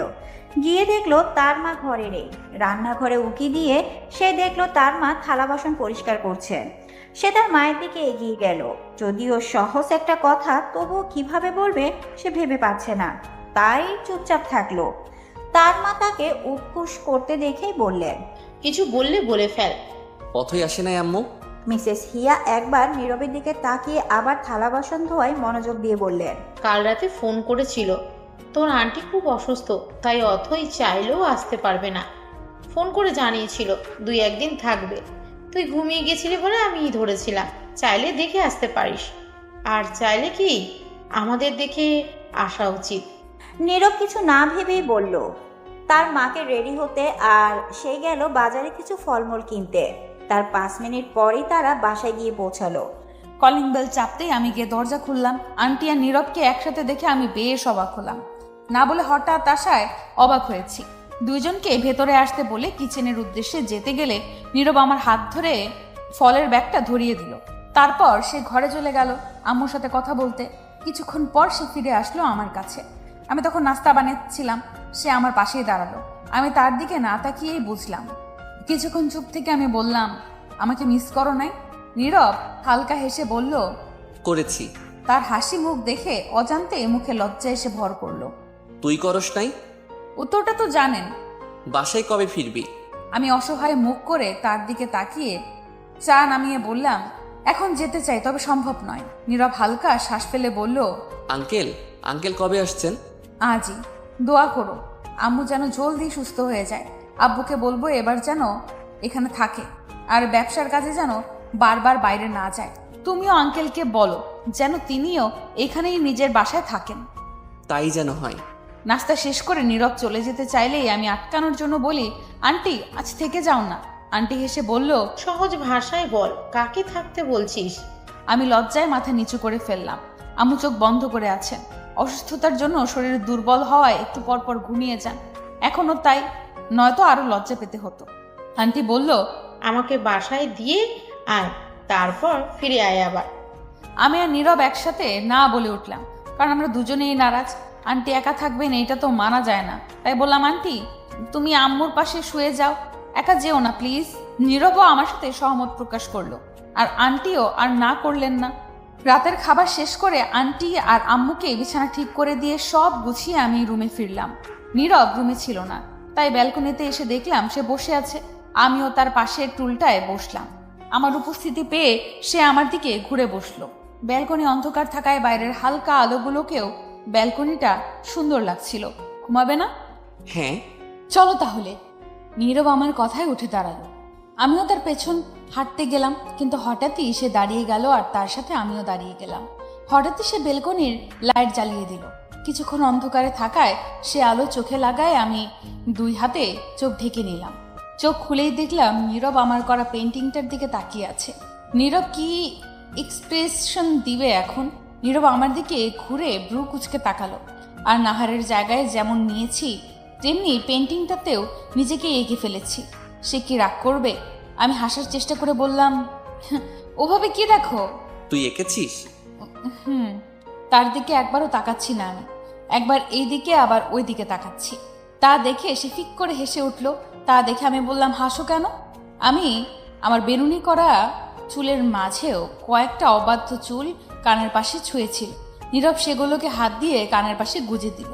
তার স্পর্শে খানিকটা কেঁপে উঠলাম আমি, তবুও বুঝে ওঠার চেষ্টা করছিলাম সে কি করছে।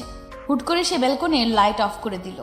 আমি তা দেখে বললাম, আরে লাইট অফ করতে? পুরো কথা শেষ করার আগেই সে আমার মাথার পেছনে এক হাত দিয়ে তার কাছে টেনে নিয়ে ঠোঁটে ঠোঁট মিলিয়ে দিল। তার স্পর্শে পুরো স্তব্ধ হয়ে গেলাম আমি। তারপর সে আমাকে কোলে তুলে নিয়ে রুমে নিয়ে গেল। তারপর শুয়ে দিয়ে বলল, লাইট অফই থাকবে এখন। সকালে নীরব আর আন্টি নাস্তা করে বিদায় নিল। আমি সামনে যাইনি একবার। নাস্তা দেওয়ার সময় শুধু ছিলাম। তারপর সারাটা দিন শুধু এই ভাবনাতেই গেল যে নীরব হঠাৎ কাছে কেন আসলো আমার।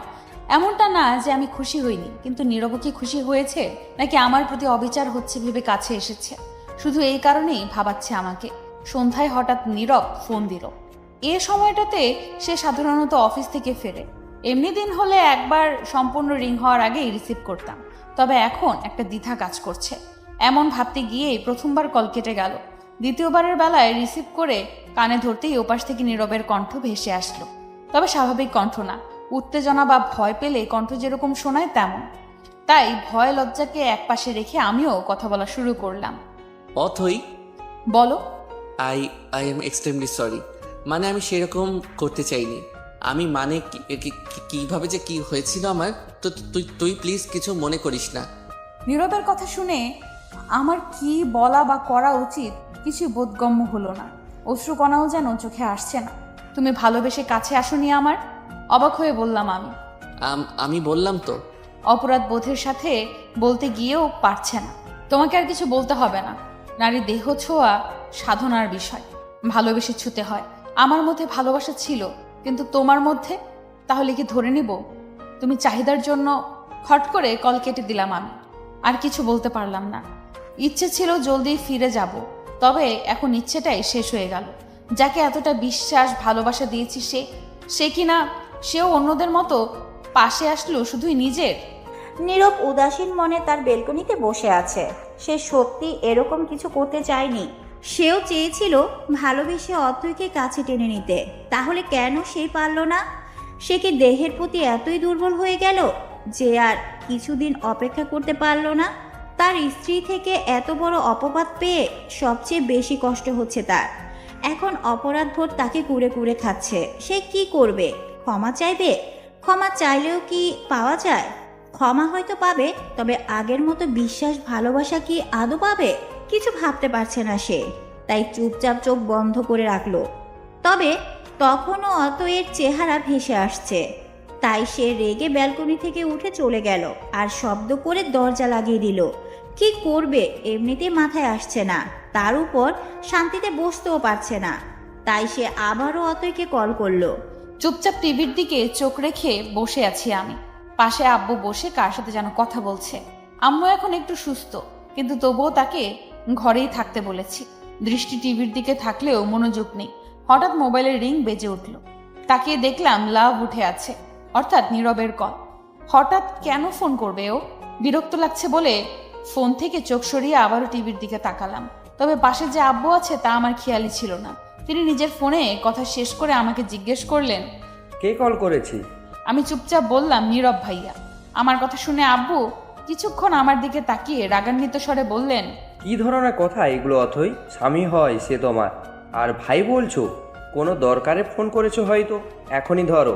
কেন ধরবো আব্বু? ভালো লাগছে না আমার। ঝগড়া করেছো নাকি? বিয়ের 2 দিন হতে না হতেই ঝগড়া? নিজের পছন্দে বিয়ে করেছো কিন্তু। কোনো সমস্যা হয়নি আব্বু, এরকম করো কেন? মাথা ব্যথা করছিল বলে ধরতে চাইনি বলে টিভি অফ করে ফোন নিয়ে ঘরে চলে আসলাম। দরজাও লাগিয়ে দিলাম। এখন আচ্ছা মতো ঝগড়া করলেও কেউ টের পাবে না। এইদিকে আমার যাওয়ার পর আব্বু হালকা হাসলেন। আমার স্বভাব চরিত্র তিনি ভালোই জানেন। এখন হয়তো রাগ করছি, তবে সেটা বেশিক্ষণ থাকবে না। আব্বু ঘুমাতে চলে গেলেন। হ্যালো। অথই, এত সময় লাগে? কিসের সময়? আপনি ফোন দিছেন কেন সেটা আগে বলেন। ফোনও দিতে পারবো না? অবাক হয়ে বলল নীরব। না, পারবেন না। তাহলে ফোন কেটে দিচ্ছি। অভিমানের সুরে বলল নীরব। তার অভিমানী কণ্ঠ আগে কখনো শুনিনি। অভিমান তো তার সাথেই করা যায় যে আপন হয়। তাহলে কি সে আমায় আপন ভাবছে? মুখের কোণের বিরক্তি হাসিতে পরিণত হলো। তবুও সেই হাসিকে আড়াল করে বললাম, কেন কাটবেন কেন? আগে বলবেন ফোন করার কারণ। তুই আমাকে মাফ কর, আমি বুঝি নাই তোর খারাপ লাগবে। মাফ চাইবেন ভালো কথা, তবে খারাপ লাগবে কেন? ওই যে রাতে। তোমার কি মনে হয় আমি না চাইলে তুমি চুপচাপ সব করতে পারতা? আমি চুপচাপ থাকতাম? মানে তোর সম্মতি ছিল? তা নয়তো কি, আনমনেই বললাম আমি। নীরবের নিজেকে থাবড়াতে মন চাইছে। ওর আগে ভাবা উচিত ছিল কোনো মেয়ের সম্মতি না থাকলে সে কি টু শব্দও করবে না। তবুও তার মনে সন্দেহ দূর হলো একটু। সে আবারও বলল, তাহলে রেগেছিলি কেন? তো তুমি খুব ভালোবাসো আমাকে? তুই কি ফিল করেছিস? আমার বলাতে কি আসে যায়? কিছুটা অপ্রস্তুত হয়ে বললাম আমি। আমি কি রেপিস্ট? বউয়ের কাছে যাব ভালোবেসে চাহিদার জন্য না? নেশাতুর কণ্ঠে বলে ফোন রেখে দিল নীরব। আমি স্তব্ধ হয়ে ফোন কানে নিয়ে বসে রইলাম। কালকে নীরবের বলা কথাটা নিয়ে ঘুমানোর আগ পর্যন্ত ভেবেছি আমি। ফলাফল তেমন পাইনি, শুধু ভাবতে ভালো লেগেছে। আম্মু অনেকটা সুস্থ এখন। আব্বুকে বলেছি তিনি যেন এখন থেকেই বাসায় থাকেন, নয়তো তার সাথে কোনো কথা বলবো না। তাই তিনিও রাজি। অথই। নাস্তা বানাতে বানাতে এইগুলোই ভাবছিলাম। হঠাৎ আব্বুর ডাকে আমি রান্নাঘর থেকেই চেঁচিয়ে বললাম, কি হয়েছে? নীরব এসেছে। নীরব এসেছে মানে কি? আবার কি সব দিতে চায় ও আমাকে? কালকের কথা থেকেই বেরোতে পারেনি, আর আমার সামনে আসলেও যে কোনো এমন কথা বলবেই যাতে আমার ভাবনায় শেষ থাকে না সেটা নিয়ে। সে যাই হোক, আমিও এগিয়ে গেলাম বসার ঘরের দিকে। তাকে বসতে বললাম, তারপর আবারও ফিরে গেলাম। একটু পর আম্মু এসে দাঁড়ালো আমার পাশে। তুমি কেন এসেছো? সব সময় বসে থাকতে ভালো লাগে না, আর আমি তো সুস্থ, সব করতে পারবো। যখন চলে যাব তখন করো। এমনিতে তো সারা জীবন করেই যাচ্ছ। আম্মু আর কিছু বললো না। ঘড়ির দিকে তাকিয়ে দেখলাম সবে 8টা বাজে। নাস্তা নিয়ে টেবিলে রাখলাম আমি। সবাইকে নাস্তা দিয়ে আমিও খেলাম। তারপর যে যার রুমে চলে গেল। আমিও সব গুছিয়ে রুমে চলে আসলাম। নীরব ঘরেই ছিল। আমি যেতেই ও উঠে দাঁড়িয়ে আমার দিকে এগিয়ে আসলো। আমি তখনও আগের মতো এক জায়গায় দাঁড়িয়ে আছি, কিন্তু নীরব আমার আরো কাছে আসছে দেখে আমি পেছোতে লাগলাম। 2 কদম পেছনে যাওয়ার পরই নীরব এক টান দিয়ে আমাকে তার পাশে আনলো আর দরজায় ছিটকিনি লাগিয়ে দিল। মেইন টার্গেট ওর দরজা লাগানো ছিল, যা বুঝলাম। তারপর আমাকে দরজার সাথে লাগিয়ে 2 পাশে 2 হাত দিয়ে একটু ঝুঁকে দাঁড়ালো সে। তার হুটহাট আচরণে হতবাক হয়ে যাই আমি। নিচের দিকে তাকিয়ে দাঁড়িয়ে আছি আমি। তাই নীরব বলল, জীবনে তো এত লজ্জা পেতে দেখিনি। এত লজ্জা আসছে কোথা থেকে? তোমাকেও এত কাছে আসতে দেখিনি আমি। দূরে সরো, না হলে দম আটকে মারা যাব। আমি কি অক্সিজেন আটকে দাঁড়িয়ে আছি নাকি যে তোর শ্বাস আটকে যাচ্ছে? তোমার যে বিশাল দেহ, তাতে oxygen, carbon die oxide, nitrogen, hydrogen সব আটকে যাবে। নীরব মুখ বাঁকিয়ে সরে গেল। আমি যেন স্বস্তির নিঃশ্বাস ফেললাম। বললে না তো সকাল সকাল কেন এসেছিলে? এসে তোর খুব ক্ষতি করেছি? সোজা উত্তর দিতে পারো না? তোর থেকেই দেওয়া শিখেছি। আচ্ছা, বলতে হবে না। বলতেছি। বাসায় মন বসছিল না, তাই আম্মুকে বলেছি আমার অফিস জলদি যেতে হবে আজ, তাই জলদি বেরোচ্ছি। আমি হা হয়ে তার কথা শুনলাম। তারপর বললাম, এত মিথ্যা কবে থেকে বলতে শিখলে? একটু একটু মিথ্যা বলতে হয়। যাও সরো, তোমার অফিস নেই? নীরব ঘড়ির দিকে এক নজর চেয়ে বলল, হ্যাঁ অবশ্যই আছে। তোর জন্য দেখি আমার অফিস ও টাইম মতো যাওয়া হবে না। আমি ব্রু কুচকে বললাম, আমি ধরে রেখেছি নাকি? মানা করছি আমি, ধর। বলেই দুই দিকে হাত প্রসারিত করলো নীরব, মানে যাকে বলে শাহরুখ খান পোজ আর কি। তার কথা শুনে আমি উল্টো দিকে ঘুরে বিড়বিড় করে বললাম, এর সাথে কথা বললেই লজ্জা পেতে হবে। নীরব ততক্ষণে আমার পেছনে এসে টাইট করে জড়িয়ে ধরে টুপ করে ডানগালে একটা চুমু খেয়ে চলে যেতে যেতে বলল, সন্ধ্যায় নিতে আসবো, রেডি থাকিস। আমি শুধু কান দিয়ে শুনলাম, কিন্তু বলতে পারলাম না কিছুই। অথচ তাকে বলা উচিত ছিল সাবধানে যেও, আমি রেডি থাকবো, কিন্তু কিছুই বলতে পারলাম না। খাম্বার মতো কিছুক্ষণ দাঁড়িয়ে থাকার পর রুম থেকে বেরিয়ে এলাম আমি। ততক্ষণে নীরব বেরিয়ে চলে যাওয়ার 2-4 মিনিট পার হয়েছে। দরজাটা লাগিয়ে রুমে আসলাম আমি। সন্ধ্যায় নীরব নিতে আসলে আব্বু আম্মুর কাছ থেকে বিদায় নিয়ে বেরিয়ে আসলাম আমরা। সন্ধ্যা হওয়ায় আকাশের আলো নিভতে শুরু করলেও কৃত্রিক আলোয় শহর ঝলমল করছে। কখনো কোনো ল্যাম্পপোস্ট, কোনো দোকান কিংবা কোনো গলির আলো, এইভাবেই শত আলোয় শহর আলোকিত। বাড়িতে এসেই ফ্রেশ হয়ে নিল নীরব। আমিও আন্টির খোঁজ খবর নিয়ে রুমে আসলাম। তার একটু পর নীরব আসলো। এই সময়টা আমার কোনো কাজ থাকে না বলেই ফোন স্ক্রল করি, আজও সেটাই। তবে আমার মনে হচ্ছে নীরব এইদিকেই তাকিয়ে আছে, কিন্তু একটু আগে সেও ফোন নিয়ে বসলো। তাহলে কি আমার মনের ভুল? যাই হোক, সেই সব পাত্তা না দিয়ে আমি আমার ফ্রেন্ডদের সাথে কথা বলতে থাকলাম। পড়াশোনার প্রতি কানেক্টেড না থাকলেও আমি তার সাথে কানেক্টেড। হঠাৎই বাইরে কে যেন কলিং বেল চাপ দিল। তা শুনে দুজনেই নিজেদের মুখ চাওয়াচাওয়ি করতে থাকলাম। কিছুক্ষণ পর আমি নীরবকে বললাম দরজা খুলে দিতে। সে দরজা খুলে ফিরে এলো ঠিকই, তবে চোখে মুখে বিরক্তির ছাপ। তাই বললাম, কে এসেছে? পাশের বাসার আন্টি। থমথমে মুখে বলল নীরব। তাতে তোমার এমন অবস্থা কেন? সীমা আন্টি এসেছে। আর কিছু শোনা লাগবে তোর? ওনার কাজই তো হচ্ছে কখনকার ছেলে মেয়ে কি করলো তার তদারকি করা। না জানি আজ কি নিউজ নিয়ে হাজির হয়েছেন। আমি কিছু না বলে চুপচাপ রইলাম। আমারও মেজাজ তুঙ্গে। যাই হোক, একটু পর আন্টি হাসতে হাসতে আমাদের রুমে আসলো। তা দেখে আমরা দুজনেই নড়ে চড়ে ঠিকঠাক হয়ে বসলাম। নীরব জিজ্ঞেস করলো, হাসছো কেন? আজ সীমা আন্টি কুটনামির বদলে কোনো কৌতুক বলেছে নাকি? আন্টি হাসি থামিয়ে বলল, আমার কাছে তোদের দুজনের অভিযোগ নিয়ে এসেছিল। তুই নাকি সন্ধ্যাবেলায় মেয়ে নিয়ে ঘুরছিস, সেদিনও ঘুরছিলি, তোদের মধ্যে নাকি কিছু চলে। যখন অতইকে নীরব রাখতে গিয়েছিল। তুমি কি বললে তারপর? আগ্রহের সাথে বলল নীরব। তারপর আর কি বললাম, জামাই বউ তো একসাথেই ঘুরবে, এটাই স্বাভাবিক। এটা শুনে যেন ওনার মাথায় আকাশ ভেঙে পড়লো। উনি জিজ্ঞেস করলেন, তোদের বিয়ে কখন কিভাবে হলো? আমি বললাম, ঘরোয়াভাবে হয়েছে, তাই বেশি মানুষ জানে না। আন্টির কথা শেষ হতেই আমি আর নীরবও হাসতে লাগলাম। নীরব হাসতে হাসতে বলল, তোমাকে আর কষ্ট করে আমাদের বিয়ের কথা কাউকে জানাতে হবে না। দেখবা কাল আমাদের বাসায় প্রেসও এসে হাজির হবে। বলে আবারও হাসতে থাকলো নীরব। তারপর রাত হতেই আমরা শুয়ে পড়লাম। তবে আজ নীরব পেছন থেকে জড়িয়ে ধরে শুয়েছে আমাকে। তার এই হঠাৎ পরিবর্তনগুলো চোখে পড়ার মতো। তবে ভালোই লাগে। কিছু অভ্যাস, কিছু স্মৃতি থাকুক না, সাথে আমিও থাকি, এটাই তো চাই। দুজন মানব জোড়া শামুকের মতো লেগে আছি, কিন্তু কারোর মুখে কোনো কথা নেই। কোনোভাবেই অস্তিত্ব গ্রহণ করি। এইভাবেই কিছু মাস অতিবাহিত হলো। নীরবের স্বভাব আগের তুলনায় অনেক পরিবর্তন হয়েছে।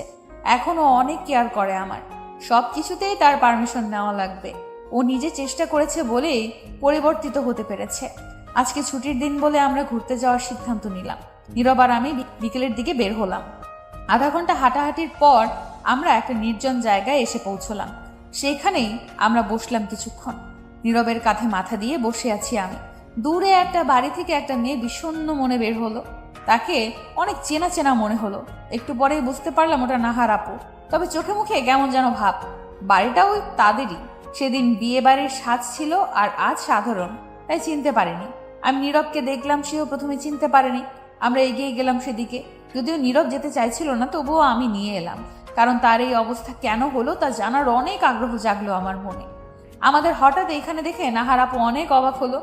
সে কিছু বলার আগেই আমি বললাম, কেমন আছো? যেমন করে রেখেছ সে অবস্থায় ভালো থাকার আশা করো কিভাবে? তার কথা শুনে ভীষণ অবাক হলাম আমি। কিছু বুঝলামও না, তাই নীরবের দিকে চেয়ে দেখলাম সেও আমার দিকে না বোঝার ভঙ্গিতেই তাকিয়ে আছে। আমি বললাম, আমি রেখেছি মানে? কেমন অবস্থায়? আর আমার সাথে কি সম্পর্ক? বাহ, এখন ভালো সাজা হচ্ছে তাই না? তোমার বলাতেই তো আমি নীরবকে ছেড়ে দিয়েছিলাম। শুধু তোমার কথা ইমোশনাল হয়ে আজ আমার এই অবস্থা। আমার স্বামীও আমাকে ডিভোর্স দিয়ে দিচ্ছে। আজ নীরব আমার সাথে থাকলে আমরা কতই না সুখী হতাম। আমি অবিশ্বাসের চোখে নাহার আপুর দিকে তাকিয়ে আছি। আমি এরকম কিছুই করিনি। আমি নীরবের দিকে তাকিয়ে দেখলাম সেও অবিশ্বাসের চোখেই নাহার আপুর দিকে তাকিয়ে আছে। আমার মন বলছে সে এসব বিশ্বাস করবে না, তবে কোথাও না কোথাও মনে হচ্ছে যদিও বিশ্বাস করে ফেলে। নাহার আপু সবটাই এমনভাবে বলেছে যেন সবটা সত্যি, কিন্তু কিছুই সত্যি না। নীরব বলল, এসব কি বলছো নাহার? আমি ঠিকই বলছি নীরব। বলেই সে এগিয়ে গিয়ে নীরবকে জড়িয়ে ধরলো। আমার বুকে ধকধক করে উঠল। নীরব শুধু আমার, আর তার এই বুকেও শুধু আমারই স্থান। সেখানে নাহার আপু কিভাবে? নীরব ওকে সরাচ্ছে না কেন? ও কি বিশ্বাস করে ফেললো নাহার আপুর সবটা? টের পেলাম চোখের কোণে জল এসে ভিড় করেছে। আমি বললাম, চলো না আমরা বাসায় ফিরি। নাহার আপু মিথ্যা বলছে। নাহার আপু নীরবের বুক থেকে সরে এসে আমার দিকে এগিয়ে মারার জন্য হাত উঠাতেই কে যেন তার হাত ধরে ফেললো। আমি তাকিয়ে দেখলাম একজন অচেনা মানুষ। সে নাহার আপুর হাতটা ঝটকা মেরে সরিয়ে দিয়ে বলল, আর কত সংসার ভাঙবে তুমি? তার কথায় নাহার আপু দ্বিতীয় কোনো প্রশ্ন উত্তর করলো না। ততক্ষণে নীরবও আমার কাছে এসে দাঁড়িয়েছে। সে আমার মাথাটা তার বুকে চেপে ধরে এক হাতে আমাকে জড়িয়ে ধরলো। তারপর আমার উদ্দেশ্যে বলল, চলো বাসায় ফিরে যাই। আমরা অগ্রসর হতেই পিছন থেকে সেই ব্যক্তিটি বলে উঠলেন, সত্যটা শুনবেন না?